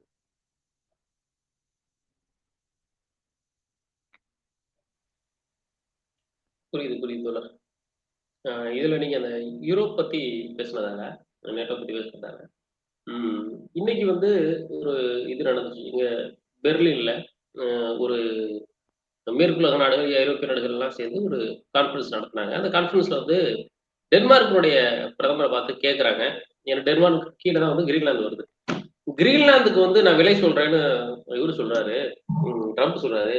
அதுக்கு உண்மையிலேயே கிரீன்லாந்துக்குன்னு ஒரு விலை வச்சிருக்கீங்களா? நீங்க வச்சிருக்கீங்களா? இந்த விலை குடுத்தா குடுத்துருவேன்ற மைண்ட்ல இருக்கீங்களா நீங்க? அப்படின்ற மாரி அந்த கேள்வி கேட்கறாங்க. அப்ப அவங்க சொல்றாங்க, "அப்படியெல்லாம் ஒண்ணும் கிடையவே கிடையாதுங்க. யாரும் யாருக்கும் விலை வைக்க முடியாது. இந்த அமௌண்ட் சொல்லி இந்த அமௌண்ட்க்கு என்ன உடனே எனக்கு வித்துக்க அப்படின்லாம் யாரும் சொல்ல முடியாது. அங்க கிரீன்லாந்து மக்களுடைய உரிமை வந்து அப்படியேதான் இருக்கும். அங்க கிரீன்லாந்த யாரும் தொடக்கூடாது." அப்படின்னு அவங்க சொல்றாங்க. இத வந்து நம்ம எப்படி பார்க்கலாம் அப்படின்னா, நம்ம ஒரு 2, 3 காணொளிக்கு முன்னாடி பேசும்போதே நம்ம சொன்னோம். கிரீன்லாந்து விஷயத்த வந்து அமுக்கணும் அப்படின்னா, ஈரான் போர வந்து இவங்க தொடங்குறது தான் அவங்களுக்கு இப்போதைக்கு ஒரு நல்ல விஷயம். கிரீன்லாந்துன்ற விஷயம் வந்து பெருசாச்சுன்னா, அவங்களுக்குள்ள பிளவு அடிக்கிறது எல்லாத்துக்கும் வெளியில பட்டாவட்டமா தெரிஞ்சிரும். அது பிளவு வர்றது. இப்ப இதுக்கான வேலையில தான் இவங்க இறங்குறாங்க ஈரானுக்குன்னு. இப்ப கிட்டத்தட்ட நீங்க சொன்ன அன்னைக்கு சொன்னது தான் இப்ப நோக்கி நடந்துட்டு இருக்கு. அந்த கிரீன்லாந்து பகுதியில என்ன பண்ணுவாங்கன்னா, மற்ற நாடுகள்லாம் சும்மா போயிட்டு ஒரு வாரம் அவங்களுடைய போர் வீரர்கள் அனுப்பிட்டு திரும்பி வந்துட்டாங்க. பட் வந்து உண்மையிலேயே வந்து சீரியஸாவே டென்மார்க் வந்து பெரிய லெவல்ல ஃபீல்டுல ஆள இறக்கி சுத்தி ஆள போட்டாங்க அப்படின்னு சொல்றாங்க. அந்த சிச்சுவேஷன் எப்படி இருக்கு? இப்ப அவிங்க இத முடிச்சுட்டு மேபி அதுக்கப்புறம் கனடா அதுக்கப்புறம் கிரீன்லாந்து போலான்ற மூட்ல இருக்கிறாங்களா? அங்க என்ன பண்ண போகுது இப்ப அமெரிக்கா? ஆமா. கண்டிப்பா அவனுங்க போவானுங்க. கிரீன்லாந்து அவனுங்களுக்கு ஸ்ட்ராட்டஜிக் இம்பார்ட்டன்டான பகுதியா நினைக்கிறானுங்க. அமெரிக்கன் எம்பையர் வந்து கிராப் பண்றதுக்குலாம் யோசிக்கவே மாட்டான். அவன் கூட்டாளியா இருந்தாலும் வந்து கிராப் பண்ணிருவான். ஸோ அதுலலாம் ஒண்ணும் பெரிய இது இல்ல. ஆனா என்ன ப்ராப்ளம்னாக்கா, ஐரோப்பிய ஒன்றிய நாடுகள் எல்லாம் சேர்ந்து அமெரிக்காவ எதிர்க்கிற அளவுக்கு முதுகெலும்போட இருக்கிறானுங்களான்னா, அது கிடையாது. அவனுங்க எல்லாரும் வந்து சேர்ந்துலாம் வந்து நின்னு அமெரிக்காவெல்லாம் எதிர்க்க மாட்டானுங்க. கடைசியா டென்மார்க்கும் மட்டும்தான் வந்து எதிர்த்து நிக்கணும். கிரீன்லாந்த வந்து நான் கம்ப்ளீட்டா எடுத்துக்கிறேன்னு சொன்னாக்க, டென்மார்க் மட்டும்தான் எதிர்த்து நிக்கணும். டென்மார்க் கிட்ட அந்த வலு கிடையாது. அவனால வெளியில வந்து மற்ற நாடுகள் கூட வந்து உறவுகளை ஏற்படுத்தி அமெரிக்கா எதிர்க்கிற அளவுக்கு முதுகெலும்பு இருக்கான்னா, பழக்கப்பட்டவன் இல்ல. ஸோ அதுதான் அவனுங்களுக்கு இருக்கிற பிரச்சனை. ஆனா ஒரு விஷயம் வந்து அ அ கசிஞ்சுது. ரூமரா வந்து கசிஞ்சுது. அது எந்த அளவுக்கு உண்மை என்னங்கிறது தெரியல. குறிப்பா வந்து ஈரானுக்குள்ள நடந்த இந்த கலவரத்து காலகட்டத்துல, ஈரான் வந்து ட்ராக் பண்றதுக்கு, குறிப்பா வந்து யாரெல்லாம் வந்து ஸ்பை நெட்வொர்க் வந்து இங்க எப்படி ஒர்க் ஆகுது அப்படிங்கிறத ட்ராக் பண்றதுக்கு, இன்ஃபர்மேஷன் வந்து பாஸ் பண்ணது டென்மார்க் அரசாங்கம் அப்படின்னு சொல்லிட்டு ஒரு தகவல் வந்து இருக்கு. அது எந்த அளவுக்கு உண்மைங்கிறது தெரியல. இருக்கிறதுக்கு வாய்ப்புகளும் இருக்கு. நம்ம மறுக்க முடியாது. ஏன்னா அந்த அளவுக்கு சீரியஸ் த்ரெட் வந்து டென்மார்க்குக்கு இருக்கு. அதே நேரத்துல டென்மார்க்கால தனியா எதிர்த்து அமெரிக்காவ நின்னு இந்த பிரச்சனைய வந்து ஃபேஸ் பண்ண முடியுமான்னா, கண்டிப்பா முடியறதுக்கு வாய்ப்பு இல்ல. முடியாது. அப்போ நேட்டோவினுடைய ஜெனரல் செக்ரட்டரி ஜெனரலா இருக்கக்கூடியவன், கிட்டத்தட்ட வந்து ட்ரம்ப் வீட்டு நாய் மாதிரி தான் இன்னைக்கு இருக்கிறான். அந்த அளவுக்கு கேவலமா அவன் நடந்துகிட்டு இருக்கிறான். மார்க் ரூட்ட. இப்ப மார்க் ரூட்டே வந்து என்ன சொல்றான்னா, மார்க் ரூட்டே வந்து டென்மார்க் சார்பா அமெரிக்கா கிட்ட போய் பேரம் பேச போனா ஐரோப்பிய நாடுகள் சார்பா. அவனே போய்க்கிறான். டென்மார்க் கிட்ட அத பத்தி அனுமதி வாங்கல. அத பத்தி டிஸ்கஸ் பண்ணல. அவனே போய் பேசி கிட்டத்தட்ட முடிவுக்கு வந்துட்டதா சொல்றானுங்க. என்ன சொல்றானுங்கன்னா, டென்மார்க்க நீ முழுமையாலாம் எடுத்துக்க வேண்டாம். அதாவது கிரீன்லாண்ட நீ முழுமையா எடுத்துக்க வேண்டாம். நீ என்னென்னலாம் தேவைன்னு சொல்றியோ, அத எல்லாத்தையும் அனுமதிக்கிறதுக்கு நாங்க ஒத்துக்கிறோம். அதாவது என்னன்னா, கிட்டத்தட்ட வந்து இது எந்த மாடல் அப்படின்னு சொல்றாங்கன்னா, சைப்ரஸ்ல இங்கிலாந்தினுடைய பேஸ் இருக்கு. ஆர்ஏஎஃப் அக்கரோட்டரி அப்படின்னு சொல்லிட்டு ஒரு பேஸ் இருக்கு. அங்கிருந்தா கிட்டத்தட்ட இன்னைக்கு காசால நடக்கிற இனப்படுகொலையும், லெபனான்ல நடக்கிற தாக்குதல்கள், இந்த பகுதி முழுக்க நடக்கிற தாக்குதல்கள் எல்லாமே அங்கிருந்தா வந்து ரெக்கானசன்ஸ் வந்து பண்றானுங்க. ஸ்பை நெட்வொர்க் வந்து அங்கிருந்தா ஸ்பை பிளைன்லாம் அங்கிருந்தா வருது. ஸோ அந்த மாதிரி ஒரு சினாரியோ வந்து அங்க உருவாக்குறது தான் வந்து மார்க் ரூட்டே கொடுத்த ப்ரப்போசலா சொல்றாங்க. அதுல என்னன்னாக்க இப்போ இங்க சைப்ரஸை பொறுத்தளவுல சைப்ரஸ்ல இருக்கக்கூடிய இந்த ஆர்ஏஎஃப் அக்கோட்டரிங்கிறது பிரிட்டிஷ்க்கு சொந்தமான பகுதி. பிரிட்டிஷ் வந்து காலனி ஆதிக்கத்திலிருந்து சைப்ரஸை விட்டு வெளியேறினதுக்கு அப்புறம் இந்த பகுதியை மட்டும் இன்னும் தன்னுடைய டெரிட்டரியா வச்சிருக்காங்க. இப்போ எப்படி வந்து டியோகோ கார்சியா மக்களை வந்து அங்கிருந்து இண்டிஜினியஸ் பீப்புளை வந்து அங்கிருந்து வெளியேற்றிட்டு பிரிட்டிஷ்காரன் வச்சிருந்து கடைசியா பிரிட்டிஷ்காரன் அமெரிக்கா கிட்ட கொஞ்சம் பகுதியை வந்து அதுல கொடுத்த மாதிரி இப்போ இங்க இதுல சைப்ரஸ் பகுதியை வந்து தன்னுடைய சோவரின் டெரிட்டரியா பிரிட்டன் வந்து யூஸ் பண்ணிட்டு இருக்கு. அங்க சைப்ரஸ் மக்களே உள்ளுக்கு போக முடியாது. அது பிரிட்டனுக்கு சொந்தமானது இடமா வச்சிருக்கிறான். அந்த மாதிரியான ஒரு செட்டப்பை வந்து கிரீன்லாண்ட்ல உருவாக்கிக்க அப்படிங்கிறது தான் அவன் பேசின பேரமா சொல்றாங்க. கிட்டத்தட்ட அது நடக்கிறதுக்கான எல்லா வாய்ப்பும் இருக்கு. ஏன்னா ஐரோப்பிய நாடுகள் எல்லாமே ஒத்துக்கிட்டாங்கன்னாக்க டென்மார்க்கால அதை தடுத்து நிறுத்துறதுக்கான வாய்ப்பே கிடையாது. அப்ப டென்மார்க் வந்து இதுல மிகப்பெரிய பாதிப்பை வந்து சந்திக்குது. அவனுங்களுடைய விருப்பம் வந்து இங்க எடுபட போறதுக்கு இல்ல. இதே நிலைதான் வந்து கனடா கூடியும். இப்ப கனடாவுக்கு எதிரான நிலைப்பாட்டுல வந்து அவனுங்க ரொம்ப தீவிரமா இருக்கிறானுங்க. ஏன்னா ரிசோர்ஸ் கிராப்ங்கிறது ரொம்ப முக்கியமானதா இருக்கு. அவனுங்களுடைய டெட் கிரைசிஸ வந்து ஃபேஸ் பண்றதுக்கு கொலாட்ரல் வந்து அவனுங்களுக்கு தேவை. ஸோ டென்மார்க், கிரீன்லாந்து போன்ற லேண்ட்மாஸ் வந்து அவனுங்களுக்கு தேவை, ரிசோர்சஸ் வந்து தேவை. ஸோ அதனால கனடாவையும் வந்து பிடிக்கிறதுல அவனுங்க ரொம்ப சீரியஸா தான் இருக்கிறானுங்க. அது வந்து சும்மா விளையாட்டுக்கெல்லாம் பேசுறது இல்ல, சீரியஸான த்ரெட்டு கனடாவுக்கு. இப்போ கனடாவும் கிட்டத்தட்ட டென்மார்க் நிலையில தான் நின்றுட்டு இருக்கிறான். ஏன்னா அவனுக்கு ரொம்ப சீரியஸ் த்ரெட் இருக்கு. எதிர்த்து நிக்கிறதுக்கான சக்தி அவனுங்கள்ட்ட கிடையாது. அதே நேரத்துல ஐரோப்பிய நாடுகள் எவனும் அவன் கூட வந்து நிக்க போறதும் இல்லை. அமெரிக்காவை எதிர்க்கிறதுக்கு இவனுங்கள்ட்ட முதுகெலும்பு கிடையாது. ஸோ இப்படி 2 சிக்கல்கள் இந்த நாடுகளுக்குள்ள இருக்கு. இப்ப இந்த இடத்துல தான் வந்து டென்மார்க் வந்து இந்த மாதிரியான ஒரு உதவியை வந்து ஈரானுக்கு ஷேர் பண்ணதா தகவல்கள் வந்து கசியுது.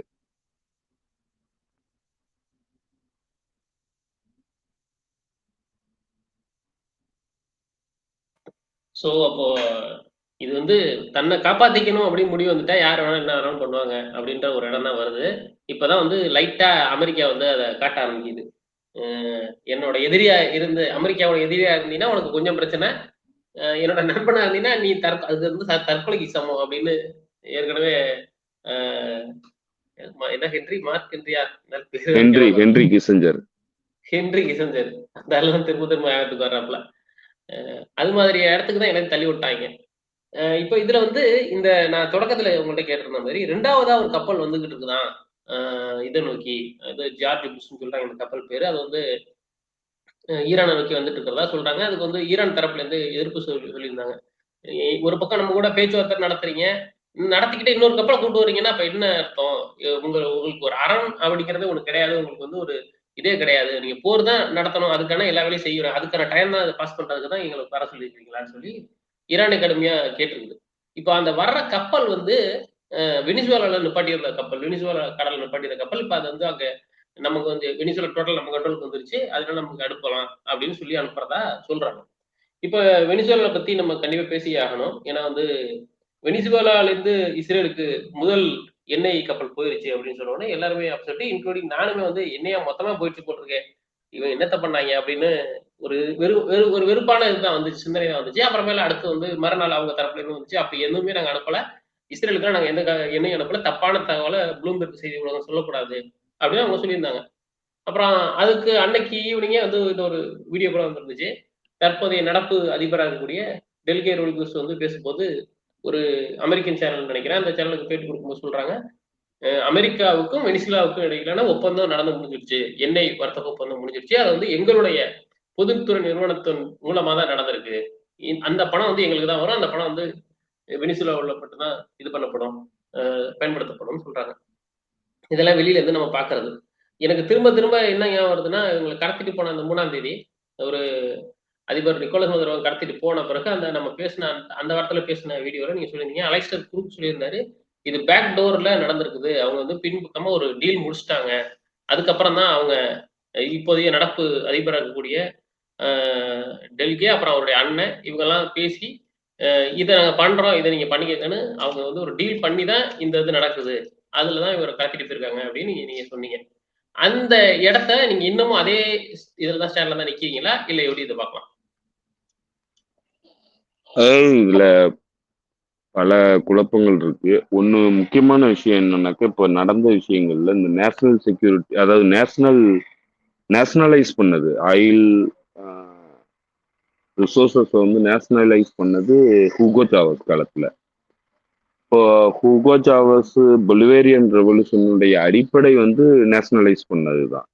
ஸோ அதுல எந்த பெரிய மாற்றமும் பண்ண மாட்டேன்னு சொல்லி கடைசி வரைக்கும் நின்னவர் தான் மதுரோ வந்து அமெரிக்கன் ஆயில் நிறுவனங்கள் வந்து எண்ணெய் எடுக்கிறதுக்குலாம் என்னைக்கும் தடையெல்லாம் போடல. ஹூகோ சாவஸே தடையெல்லாம் போடல. அமெரிக்கன் நிறுவனங்கள்லாம் எண்ணெய் எடுத்துக்கலாம். ஆனா இவங்களுடைய கண்டிஷன் பிரகாரம் எண்ணெய் எடுத்துக்கலாங்கிறது தான் அவங்க போட்டிருந்தது. அதுக்கு ஒத்து வரலன்னு தான் மற்ற நிறுவனங்கள் வந்து வெளியேறிட்டாங்க. அந்த கண்டிஷன்ஸ் எல்லாத்தையும் வந்து ரிமூவ் பண்ணணும்னு சொல்லி கேட்டது தான் வந்து அமெரிக்காவினுடைய டிமாண்ட். அதுக்கு ஒத்துக்காதனால தான் நிக்கோலஸ் மதுரோவுக்கும் அவங்களுக்கும் பிரச்சனை. அமெரிக்கா கூட கடைசி போன வருஷம் கூட வந்து பேச்சுவார்த்தை நடந்துகிட்டு தான் இருந்தது.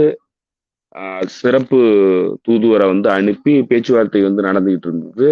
அது வந்து பைடன் காலத்திலேருந்து நடந்தது. ட்ரம்ப் வந்ததுக்கு அப்புறமும் அது தொடர்ந்தது. ட்ரம்ப் வந்து ஒரு ஆன்வாயை போட்டு பேச்சுவார்த்தை வந்து நடத்திக்கிட்டு இருந்தாங்க. அதுல ஏற்கனவே சிறையில் அடிக்கப்பட்டிருந்த அமெரிக்கன் ஸ்பை கொஞ்சம் பேரெல்லாம் வந்து ரிலீஸ் பண்ணிலாம் கொண்டு போனானுங்க அமெரிக்கா பேச்சுவார்த்தையின் மூலமா. ஸோ இப்போ கிட்டத்தட்ட அதே மாதிரியான ஒரு சூழல் தான் வந்து இன்னைக்கும் தொடருது. இப்போ டெல்சி ரோட்ரிகஸ் வந்ததுக்கு அப்புறமும் வந்து அந்த மாதிரியான ஒரு சூழல் தான் அமெரிக்கா கூட பேச்சுவார்த்தை நடக்குது, எண்ணெய் ஒப்பந்தங்கள் கையெழுத்தாகுது எல்லாமே. இதுல கூடுதலான ஒரு விஷயம் என்னன்னா, இதுதான் வந்து சோவரின் உரிமை தொடர்பானது. அது என்னன்னா, இப்ப இந்த விற்கப்படுற ஆயில், வெனிசுலாவினுடைய ஆயில், இந்த ஒரு ஸ்பெஷல் அக்கௌண்ட் உருவாக்கி அந்த அக்கௌண்ட்ல போட்டு அந்த அக்கௌண்ட்ல இருந்து வெனிசுலா அரசாங்கத்துக்கு போகும் அப்படிங்கிறது தான் இப்ப புதுசா போட்டிருக்கிறத ஒப்பந்தமா வந்து சொல்றானுங்க. அந்த அக்கௌண்ட வந்து மெயின்டைன் பண்றது கத்தாரு. கத்தார்ல தான் வந்து இந்த டீல் வந்து பேசப்பட்டிருக்கு. கத்தார் வந்து இதுக்கு மீடியேட் பண்ணி அவங்களுடைய கையில வந்து இந்த பணத்தை கொண்டு வந்து அவங்க வந்து டிஸ்ட்ரிபியூட் பண்ணுவாங்க. அமெரிக்கா ஓகே சொன்னதுன்னா அது வந்து இதுக்கு போகும், வெனிசுலாவுக்கு போகும், அமெரிக்காவுக்கு கமிஷன் போகும். அமெரிக்கா ஓகே சொல்லலைன்னா இந்த அக்கௌண்ட்ல தான் பணம் கிடக்கும். ஏன்னா கத்தார் வந்து அமெரிக்கா சொல்லாம பணத்தை வந்து ரிலீஸ் பண்ண மாட்டான். இதுல வந்து மீடியேட்டரா வர்றது கத்தார்.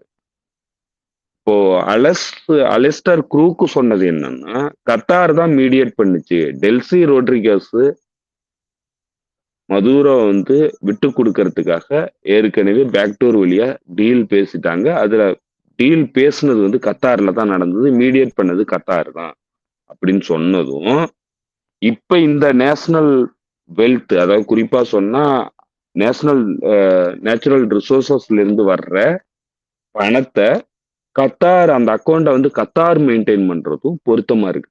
இப்போ அலெஸ்டர் குரூக்கு சொன்னதும் இதுவும் உண்மையா அப்படிங்கிற அந்த கேள்வி வந்து நமக்கு எழுது.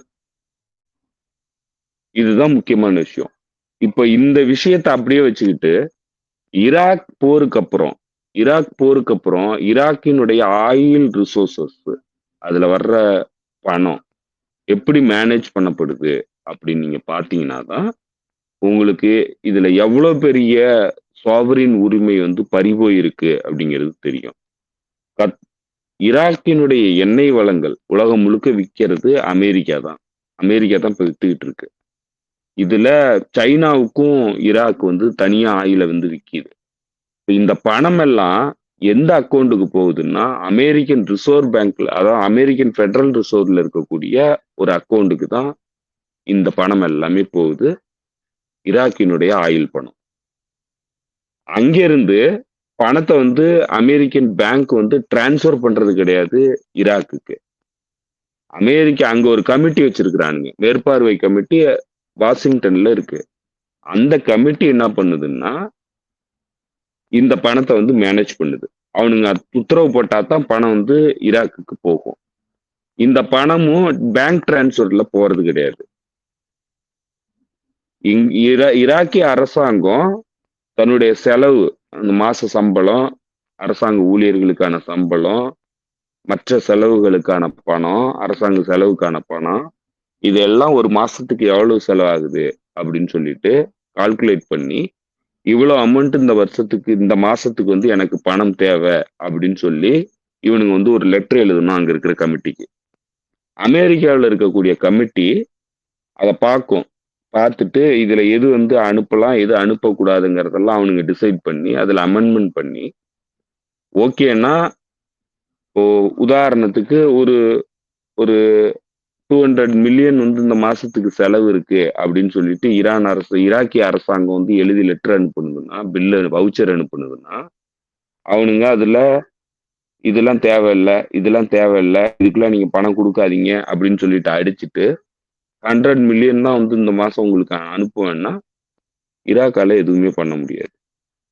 அப்ப இதுல எங்க இருக்குது சுயாதீன உரிமை, இறையாண்மைங்கிறது எங்க இருக்குது? இது ஈராக்கினுடைய பணம் தான். அமெரிக்கன் பேங்க்ல அக்கௌண்ட்ல அப்படியே தான் இருக்கு. அமெரிக்கா அதை எடுக்கலன்னு தான் சொல்றான். எடுத்தானா எடுக்கலையான்னு யாருக்கும் தெரியாது. எடுக்கலன்னு சொல்றான். உன் பணம் தான் இங்கதான் இருக்குது. நான் வந்து உன்னைய மேனேஜ் பண்றேன் அப்படின்னு சொல்றான். இதுல எங்க இருக்குது? இது கிட்டத்தட்ட காலனிய காலகட்டத்துல மேண்டேட்டு சட்டம் இருந்த காலகட்டம் மாதிரிதானே கிட்டத்தட்ட இருக்கு. நான் உனக்கு வந்து உன்னை வந்து ஆட்சி புரிய தெரியல, அதனால நான் வந்து உன்னுடைய கணக்கு வழக்கெல்லாம் நான் பார்த்து உனக்கு நான் காசு கொடுப்பேன், வேணும்னா நான் கொடுப்பேன், இல்லைன்னா வந்து இது சரியில்லை, இது வந்து நீ தண்டமா செலவு பண்ற, அதனால இந்த செலவுக்கு நீ வந்து நான் காசு கொடுக்க மாட்டேன்னு சொல்லிட்டு நான் அடிச்சிட்டேனாக்கா உனக்கு காசு வராது. அப்போ உனக்கு எங்கேயுமே இதுல வந்து சுயாதீன உரிமை கிடையாது.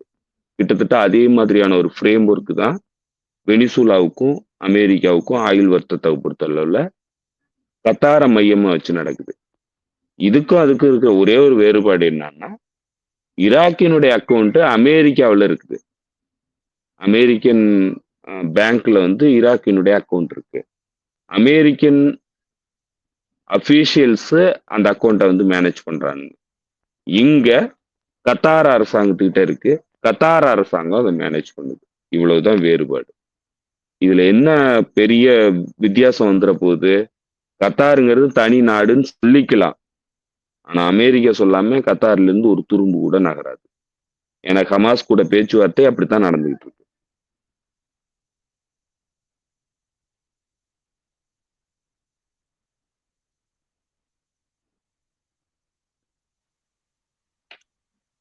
ஸோ இதுதான் வந்து இங்க வந்து ரொம்ப ஒரு முரணான விஷயமா பார்க்கணும். நான் வந்து ஈரான் பத்தி இன்னைக்கு பேசணும்னு ஈராக் பத்தி பேசணும்னு நினைச்சேன். நீங்க கரெக்டா அந்த இடத்துக்கு வந்துட்டீங்க.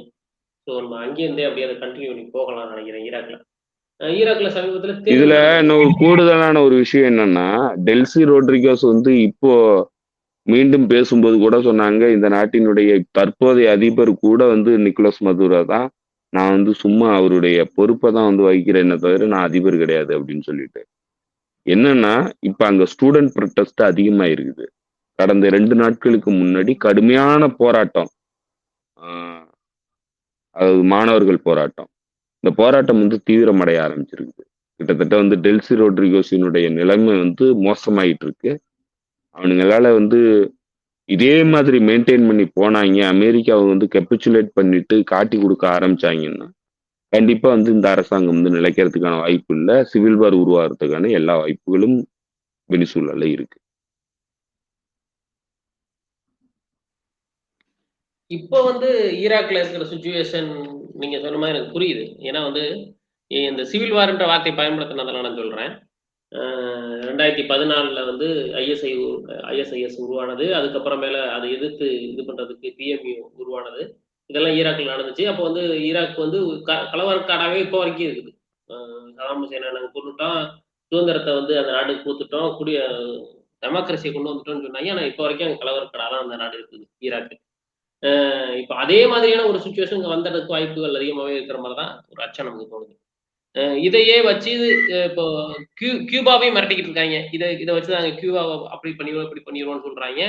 கியூபாவுக்கு இன்னும் வந்து ஆயில் போறத வந்து வெனிசுலால இருந்து போறத நிப்பாட்டிட்டாங்க. இப்ப அதுக்காக இமிடியேட்டா வந்து ஏற்கனவே ரஷ்யா என்ன பண்ணிடுச்சு, இமிடியேட்டா அவங்களுக்கு என்ன பண்ணலாம்னு பார்த்துட்டு கொஞ்சம் ரைஸ் அனுப்பிச்சு வச்சாங்கன்னு நினைக்கிறேன்.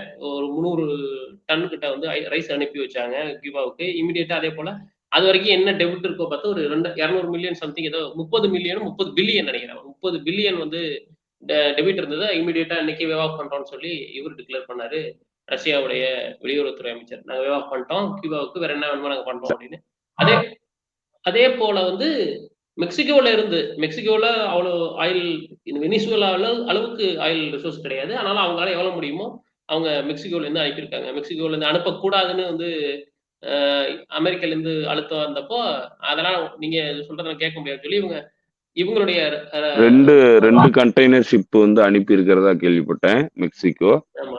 அதே போல அது வந்து ரஷ்யாவும் வந்து ஆயில் வந்து இப்போ அனுப்ப போறதா சொல்லியிருக்காங்க. ரஷ்யா வந்து மனிதாபிமான அடிப்படையில வந்து கியூபாவுக்கு உதவி பண்றதுக்கு ஆயில் ஷிப்ப வந்து அனுப்புறோம்னு சொல்றாங்க.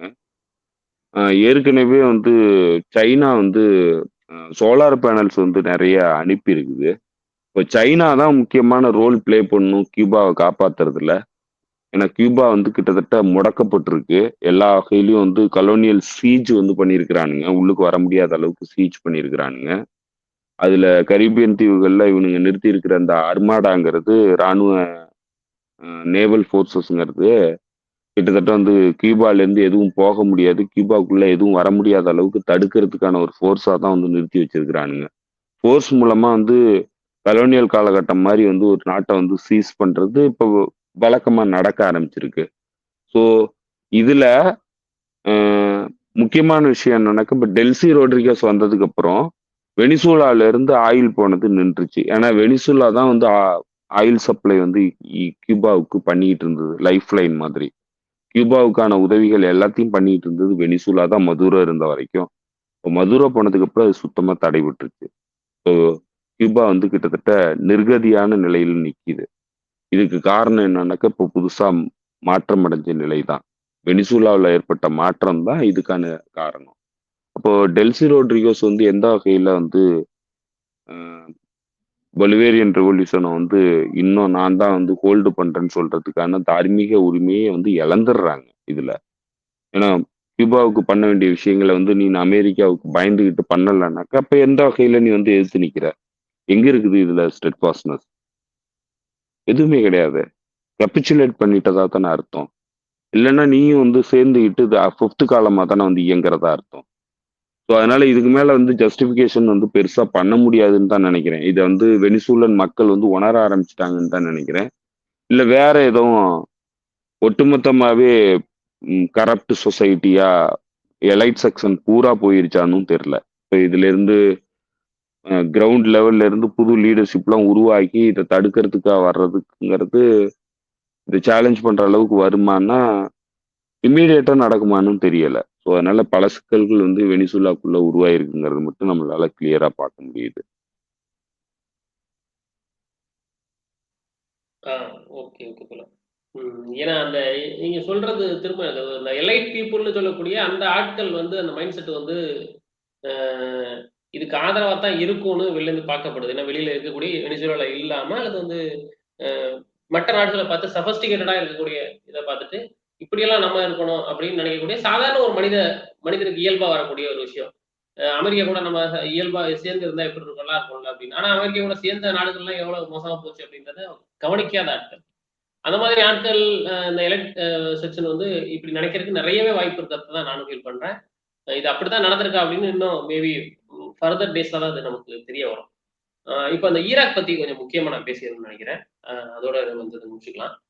ஈராக்ல வந்து தேர்தல் நடந்து முடிஞ்சு, அ புதிதாக வந்து பிரதமர தேர்ந்தெடுத்திருக்கு கமிட்டி. அங்க இருக்கக்கூடிய அந்த நாடாளுமன்ற குழு வந்து தேர்ந்தெடுத்திருக்கு. அவர் வந்து பதவிக்கு ஏற்கறதுக்கு முன்னாடியே வந்து இன்னும் பதவி ஏற்கல அவரு. அதுக்கு முன்னாடியே வந்து மார்க்கோ ரூபியோ தொடங்கி ட்ரம்ப் வரைக்கும் எல்லாருமே வந்து அவர பதவியேற்க விடக்கூடாது. அவரு எப்படி திரும்ப பிரதமர் ஆக முடியும்? அப்படின்னு கேட்கறாய்ங்க. அப்படி வந்தாருன்னா, உங்களுக்கு வர்ற பணத்த நாங்க நிப்பாட்டிருவோம் அப்படின்றாய்ங்க. இப்ப நீங்க சொன்னீங்க இல்லையா? அத நான் சொல்லலாம்னு நெனச்சேன். நீங்களே டீடெயிலா சொல்ட்டீங்க. அங்கேருந்து வரக்கூடிய அந்த மாசம் மாசம் வரக்கூடிய பணத்த நிப்பாட்டிருவோம்னு சொல்றாய்ங்க. அந்த நாட்டுடைய பொருளாதாரத்துல 90% அந்த பணம் தான் மிக முக்கியமான ரோல் ப்ளே பண்ணுது. அ ஏன் அந்த ஒரு குறிப்பிட்ட நபர் அந்த பிரதமரா அவர் வர்றத தடுக்குறாய்ங்க அப்படி பார்த்தீங்கன்னா, 2014ல பாப்புலர் மொபிலைசேஷன் உருவாகி ஐஎஸ்ஐஎஸ் அடிச்சு விரட்டுனதுல மிக முக்கியமான ரோல் எப்படி பாப்புலர் பிஎம்இ ஒர்க் பண்ணுச்சோ, அதுக்கு உறுதுணையா இருந்தவர் இவரு. இப்பவுமே அவர் என்ன சொல்லியிருக்காருன்னா, நீங்க பிஎம்யு கலைக்கிறது அப்படின்றதெல்லாம் நடக்காத காரியம் அப்படின்னு அவர் நேரடியாவே சொல்லியிருக்காரு. கடந்த 2 மாசத்துக்கு முன்னாடி. ஸோ அதெல்லாம் தான் இவங்களுக்கு இதா இருக்கு, பிரச்சனையா இருக்கு. 2வது வந்து மிக முக்கியமா வந்து ஈரானுக்கு ரொம்ப நெருக்கமான ஒரு நபர் அப்படின்னு பாக்குது அமெரிக்கா. அதனால அவர வர விடக்கூடாது அப்படின்னு சொல்றாங்க. இந்த சர்ச்சைகள்லாம் வரும்போது அவரே நேரடியா சொல்ட்டாரு. நீங்க திருப்பி வந்து கூட்டத்த கூட்டுங்க. 2/3 வந்து என்னைய வேண்டான்னு எல்லா உறுப்பினரும் சேர்ந்து சொல்லிட்டாங்கன்னா, நான் விலகிக்கிறேன். வெளில போய்க்கிறேன். வேளாண் விலகி வச்சுக்கங்கன்னு சொல்ட்டாரு. ஆனாலும் வந்து அங்க அப்படி ஒரு சூழ்நிலை இல்ல. குர்திஸ்தான் தரப்பு மட்டும் அமெரிக்காவுக்கு ஆதரவான நிலைப்பாடு எடுக்கலான்னு சொல்லப்படுது. ஆனாலும் வந்து இவர் தான் திருப்பி வருவாரு அப்படின்னு சொல்றாங்க. இவரு வந்தாருன்னா, அடுத்து என்ன நடக்க போகுது? இவரு ஏன் முக்கியமான நபரா பார்க்கணும் நம்ம, இந்த பகுதியில? இல்ல முக்கியமான நபரா இல்லையாங்கிறதெல்லாம் அடுத்த விஷயம். ஏன்னா இவர பத்தின கான்ட்ரோவர்சியும் நெறைய இருக்கு. நூரி அல் மாலிகி. நூரி அல் மாலிகி ஆக்சுவலா அ மேற்கத்திய நாடுகள்ல பொறந்து வளர்ந்தவர். அங்க அங்க எக்ஸைல்ல இருந்து வந்தவர் தான். டயஸ்பரால இருந்து வந்தவர் தான். அமெரிக்கா வந்து இங்க ஆட்சி மாற்றத்துக்கான போர நடத்தி சதாம் ஹுசேன வீழ்த்தினதுக்கு அப்புறம், அமெரிக்கா நியமனம் பண்ண ஒரு முக்கியமான நபர்ல நூரி அல் மாலிக்கும் இருக்காரு. ஸோ அதனால இவரு ஒண்ணும் ரேடிக்கலான அமெரிக்க எதிர்ப்பாளர்லாம் கிடையாது. அமெரிக்கா கூட சேர்ந்து இயங்குனவர் தான். 2 முறை ம பிரதமராவும் இருந்திருக்கிறாரு. அமெரிக்காவினுடைய ஆதரவோட தான் இருந்திருக்கிறாரு. அமெரிக்க ஆதரவு இல்லன்னா அவரெல்லாம் இருக்க முடியாது. அப்பன்னா அமெரிக்கா கூட இணைந்து இயங்குனவர் தான். என்னன்னா, இப்ப அவனுங்க வந்து கம்ப்ளீட் கேப்பிச்சுலேட் பண்ணக்கூடிய ஒரு லீடர தான் வந்து எதிர்பார்க்குறானுங்க. சப்ஜுகேட் பண்ணணும், எது சொன்னாலும் கேட்டுக்கணும் அப்படிங்கிற இடத்துல. ஏன்னா பிரைமரியா வந்து அவனுங்க பண்ண வேண்டிய விஷயம் என்னன்னாக்க, அ பிஎம்யூ வந்து காலி பண்ணணும். பிஎம்யூ வந்து பெரிய சிக்கலா இருக்கு. குறிப்பா வந்து ஈரானுக்கு எதிரான போருக்கு வந்து பிஎம்யூ வந்து ஒரு பெரிய சிக்கலா இருக்கு. ஏன்னா அவங்க வந்து அரசாங்கத்த கடந்து வந்து இயங்கக்கூடிய நிலையில சில அமைப்புகள் வந்து அதுக்குள்ள இருக்காங்க. குறிப்பா கெட்டாய்ப் ஹெஸ்புல்லா போன்ற அமைப்புகள். ஹஸ்ஸல் சாபி. ஸோ இவங்க எல்லாருமே வந்து இருக்கிறதுனால, ஸோ அது வந்து பெரிய நெருக்கடியா இருக்கு அப்படின்னு ஃபீல் பண்ணுது அமெரிக்கா. ஃபைனல் வாருக்கு போறதுக்கு முன்னாடி வந்து இதெல்லாம் வந்து டிஸ்மேண்டில் பண்ணணுங்கிறது அவங்களுடைய நோக்கமா இருக்கு. இப்ப ஈராக் அரசாங்கத்தினால எதிர்த்து செயல்பட முடியாத நிலையில ஈராக் அரசாங்கம் இருக்கு. ஏன்னா இவங்களுடைய ஃபண்ட் பூரா அங்க இருக்கு. அவனுங்க நெனச்சா அப்ப ஃபண்ட விடுவானுங்க. இல்லன்னா நிறுத்தி வச்சுருவானுங்க. நிறுத்திட்டானுங்கன்னாக்க இங்க அரசாங்கமே இயங்காது. இப்படி ஒரு பெரிய சிக்கல் வந்து இவங்களுக்கு இருக்கு. இது 2யும் மேனேஜ் பண்ண வேண்டிய இடத்துல ஈராக் அரசாங்கம் இருக்கு. இதுல நூரி அல் மாலிகி ஈரான் கூடயும் இணக்கமா இருந்திருக்கிறாரு அவ்வளவுதான். இப்ப ஈரான் கூட இணக்கமா இருந்தாலே வேணான்னு சொல்லி எதிர்பார்க்கிறானுங்க. ஏன்னா ஏன் இணக்கமா இருந்தாரு அப்படின்னா, ஐசிஸ்க்கு எதிரான போருக்கு கசம் சுலைமானி ஈரான் அரசாங்கம் தான் வந்து முழுமையான உதவி பண்ணுச்சு. அவங்களுடைய ஃபோர்ஸ் கூட சேர்ந்து அவங்களுடைய பயிற்சியோட தான் ஐஎஸ்ஐஎஸ் தீவிரவாதிகளை வந்து விரட்டி அடிச்சாங்க. அந்த போர்ல முக்கிய ரோல் ப்ளே பண்ணது நூரி அல் மாலிகி. அவரு காலகட்டத்துல தான் வந்து ஈராக்ல இருந்து ஐசிஸ வந்து அழிச்சது. ஸோ அது வந்து அமெரிக்காவுக்கு புடிக்கல அப்படிங்கிறது நமக்கு தெரியும். ஏன்னா ஐசிஸ உருவாக்குனது அமெரிக்கா தான். அப்படி எப்படி உருவாக்குன தன்னோட ஆள வந்து அழிச்சுட்டாங்கிறது தான் அவர் மேல இருக்கிற மிகப்பெரிய கோவம் அவங்களுக்கு. ஏன்னா அவங்க சிரியாக்குள்ள அவனுங்கள வச்சுக்கிட்டு தான ஆட்சிய நடத்துறாய்ங்க. அதேபோல இப்ப இந்த குர்திஸ்தான் அ எஸ்டிஎஃப் படைக்கும், அல்ஜுலாயினுடைய ஹெச்டிஎஸ் தீவிரவாதிகளுக்கும் நடந்த போர்ல, அங்க இருக்க பிரிசன வந்து தொறந்து விட்டு, கடைசியா அவங்கள எல்லாத்தையும் இப்ப வந்து கொண்டு வந்து ஈராக்குள்ள இறக்கியிருக்கிறானுங்க. கிட்டத்தட்ட 5700 தீவிரவாதிகள் அவங்களுடைய குடும்பத்த வந்து ஈராக்குள்ள கொண்டு வந்து காவலுக்கு கொண்டு வந்தோம்ன்னு சொல்றானுங்க. ஆக்சுவலா நடந்திருக்கிறது என்னன்னு சொல்றாங்கன்னா, ஈராக்கி ஈரான் பார்டர்ல தான் வந்து அவனுங்களெல்லாம் கொண்டு வந்திருக்கிறானுங்க. அடுத்த போருக்கான தயாரிப்பு நடவடிக்கைகளுக்காக தான் வந்து அந்த ஐசிஸ் தீவிரவாதிகள வந்து கொண்டு வந்து போட்டிருக்கிறதா சொல்றாய்ங்க. இப்போ அமெரிக்கா வந்து இந்த போர வந்து எப்படியெல்லாம் ஹேண்டில் பண்ணும் அப்படிங்கிற இடத்துல, அமெரிக்கா பல ஸ்ட்ராட்டஜிய வந்து வடிவமைக்குது. நேரடியா ஈரான் கூட வெளியிலிருந்து தாக்குதல் நடத்துறது 1. அவங்க வச்சிருக்கிற ஆர்மேடா, அதாவது பெர்சியன் கல்ஃப் ரீஜியன்ல இருக்கக்கூடிய ரா கடற்படை கடற்படையின் மூலமான தாக்குதல். ஏன்னா, ஈரான் கூட அவங்க ஃபேஸ் பண்ற மிகப்பெரிய சிக்கல் என்னன்னா, பெர்சியன் கல்ஃப் ஈரான் கட்டுப்பாட்டுல இருந்ததுன்னா, பெர்சியன் கல்ஃப முழுமையா கட்டுப்படுத்திட்டாங்கன்னா இவங்களுக்கு ஏகப்பட்ட சிக்கல். நேவிகேஷன் வந்து பண்ண முடியாது. ஸோ பெர்சியன் கல்ஃப்ல இருந்து ஈரானை வந்து கட்டுப்படுத்த விடாம தடுக்கணும். அது நடக்காத காரியம்னு வச்சுக்கோங்க. அது ஒரு பக்கம் ஒரு ஸ்ட்ராட்டஜியா வந்து அவனுங்க வடிவமைக்கிறானுங்க. இன்னொரு பக்கம் அருகில் இருக்கக்கூடிய தங்களுடைய பேசஸ்ல இருந்து ஈரான்ல தாக்குதல் நடத்தலாம். ஸோ வெளியிலிருந்து தாக்குதல். அதே சமகாலத்துல ஈராக்கி பார்டர்ல இருந்து, குறிப்பா வந்து ஈராக்கி குர்திஸ்தான் பார்டர்ல இருந்து ஈராக்கி குர்திஸ்தான் செப்பரேட்டிஸ்ட் மூவ்மெண்ட் தீவிரவாதிகள் உள்ளுக்கு அனுப்புறது, ஐசிஸ் தீவிரவாதிகளை ஈராக்கி பார்டர்ல இருந்து உள்ளுக்கு அனுப்புறது, இன்னொரு பக்கம் அசர்பைஜான்ல இருந்து மற்ற பகுதிகளில் இருந்து பல்வேறு பிரிவினைவாத சக்திகளை வந்து உள்ளுக்கு அனுப்புறது, இல்ல மொசாத் ஏஜென்ட்ஸை வந்து உள்ளுக்கு அனுப்புறது, பாகிஸ்தான் சைட்ல இருந்து பலுச்சிஸ்தான் செப்பரேட்டிஸ்ட் மூவ்மெண்டா இருக்கக்கூடிய தீவிரவாதி அமைப்புகளை இந்த பக்கத்துல இருந்து அனுப்புறது. இப்படி பல்வேறு முனையிலிருந்து ஈரானுக்கு எதிரான தாக்குதலை வந்து ஸ்ட்ராட்டஜைஸ் பண்றானுங்க. அப்போ அங்க அவனுங்களுக்கு இருக்கிற மிகப்பெரிய சிக்கலா இருக்கிறது PMU unit, popular mobilisation unit. அவங்கள நியூட்ரலைஸ் பண்ணும். அவங்களை நியூட்ரலைஸ் பண்றது அவங்களுக்கு சுலபமான காரியமா நினைக்கிறானுங்க. அதுக்காக தான் நூரி அல்மலிக்கு இந்த பொறுப்புக்கே வரக்கூடாது அப்படின்னு சொல்லிட்டு கட்டுப்பாடு விதிக்கிறானுங்க. ஈராக்கிய அரசாங்கத்தை மிரட்டுறானுங்க. நான் சொல்றதை கேட்கலன்னா உன்னை ஒட்டுமொத்தமா அழிச்சிருவேண்டா அப்படின்னு சொல்லிட்டு மிரட்டுறானுங்க. இப்ப இதுக்கு அடிபணிஞ்சு போக வேண்டிய நிலையில தான் வந்து ஈராக் இருக்கு. ஈராக் வந்து சோவரின் நாடு கிடையாது. ஈராக்கால எதுவும் பண்ண முடியாத நிலையில ஈராக் வந்து சிக்கியிருக்கு. அதுதான் இப்ப அவனுங்க காட்டுறானுங்க. நூரி அல்மலிக்குங்கிறது ஒரு சிம்பல் தான். அதுவே மிகப்பெரிய பிரச்சனை கிடையாது அமெரிக்காவுக்கு. அமெரிக்காவுக்கு ஆக்சுவலா நூரி அல்மலிக்குனால எந்த பிரச்சனையும் கிடையாது. ஆனா அவனுங்க அதை சிம்பாலிக்கா தான் சொல்றானுங்க. நான் நினைச்சேன்னா நான் சொல்றதான் நீ பண்ணணும், இல்லைன்னா உன்னை நான் அழிச்சிருவேண்டா அப்படின்னு சொல்றானுங்க. இது ஆக்சுவலா த்ரெட் எதுக்குன்னா பிஎம்யூ யூனிட்டை டிஸ்மேண்டில் பண்ணு, அவனுங்களை அரசாங்கத்துல இருந்து நீக்கு அப்படின்னு சொல்றதுதான். ஸோ அதற்காக தான் இந்த அழுத்தம் வந்து கொடுக்கப்படுது. இப்போ இந்த போரை வந்து ஆக்சஸ் ஆஃப் ரெசிஸ்டன்ஸை எதிர்கொள்றதுக்கான இந்த போரை வந்து பல வகையில ஸ்ட்ராட்டஜைஸ் பண்றதுல மிக முக்கியமான ஸ்ட்ராட்டஜி அவனுங்க பாக்குறது பிஎம்யூ யூனிட்டை டிஸ்மேண்டில் பண்றது ஒண்ணு. ரெண்டாவது ஹெஸ்புல்லா வந்து எப்படி ஹேண்டில் பண்றது அப்படிங்கிறதுக்கு தான் ஹெச்டிஎஸ் தீவிரவாதிகளை தயார்படுத்திட்டு இருக்கிறானுங்க. சமீபத்துல அல்ஜுலானி நேரடியாவே பேசியிருக்கான். அதுல அவன் சொல்றது என்னன்னா, ஹெஸ்புல்லாவுக்கு எதிரான நேரடி சண்டைக்கு போறதுக்கான வாய்ப்பு இருக்கு அப்படிங்கிறத அவனே வெளிப்படையா சொல்லியிருக்கான். ஸோ ஒரு பக்கம் இஸ்ரேல்ல இருந்து தாக்குதல் நடத்துறது ஹெஸ்புல்லா மீது, லெபனான் மீது. இன்னொரு பக்கம் ஜுலானியினுடைய ஹெச்டிஎஸ் போர்சஸை நேரடியா லெபனான்குள்ள அனுப்புறது. ஸோ சமகாலத்துல ஒரு பக்கம் இந்த பக்கம் இந்த தீவிரவாத குழுக்கள் வெளியிலிருந்து தாக்குதல், இது எல்லாத்தையும் ஈரானுக்கு எதிராக பிளான் பண்ணியிருக்கிறானுங்க.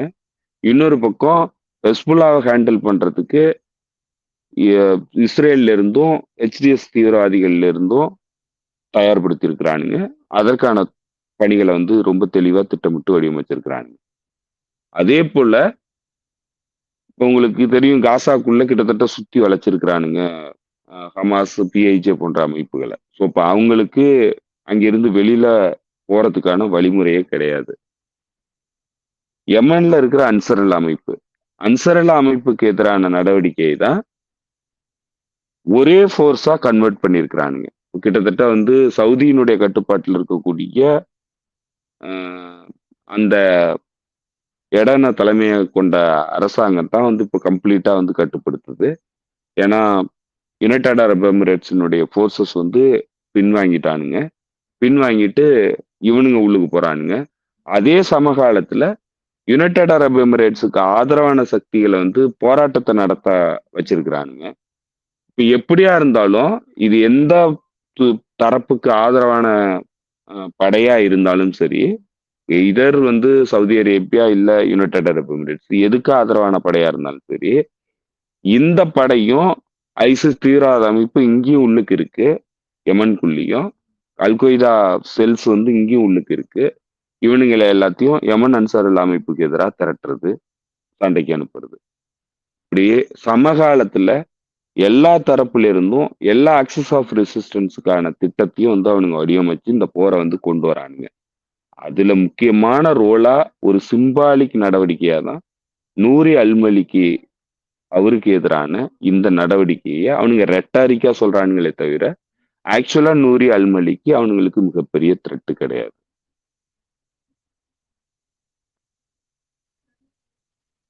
ஓகே, ஓகே தோழர். புரியுது. பார்க்கலாம். அடுத்தடுத்த நிகழ்வுகள் எப்படி போகுதுன்னு பார்ப்போம். இன்னும் நிறைய வெவ்வேறு விடயங்கள் பேச வேண்டியிருக்கு. நம்ம நேரம் கிடைக்கும்போது பேசுவோம். வேற ஏதாவது ஆட் பண்ண வேண்டியதா தோழர் தோழர்களுக்கு? இல்ல தோழர், நீண்ட இதா போயிருச்சு காணொலியா. இன்னைக்கு இது போகுதுன்னு நினைக்கிறேன். நம்ம ஓவர்வெல்ம் பண்ற மாதிரி ஆயிடும். ஆமாமா. ஏன்னா இல்ல ஏன் அது நானும் எல்லாத்தையும் பேசணும்னு நான் முடிவு பண்ணேன்னா, வாரத்துக்கு ஒரு தடவ தான் வீடியோ போடுறோம் நம்மளால போட ஆமா, முடியும். நேரம் கிடைக்க மாட்டேங்குது. நேரம் தோழர்கள் கிடைக்குது. வந்து மன்னிக்கணும்.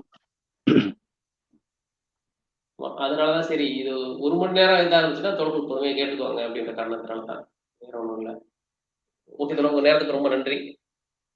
மீண்டும் நன்றி தோழர், தோழர்களுக்கும் நன்றி. மீண்டும் சந்திப்போம் தோழர்களே. நன்றி, வணக்கம்.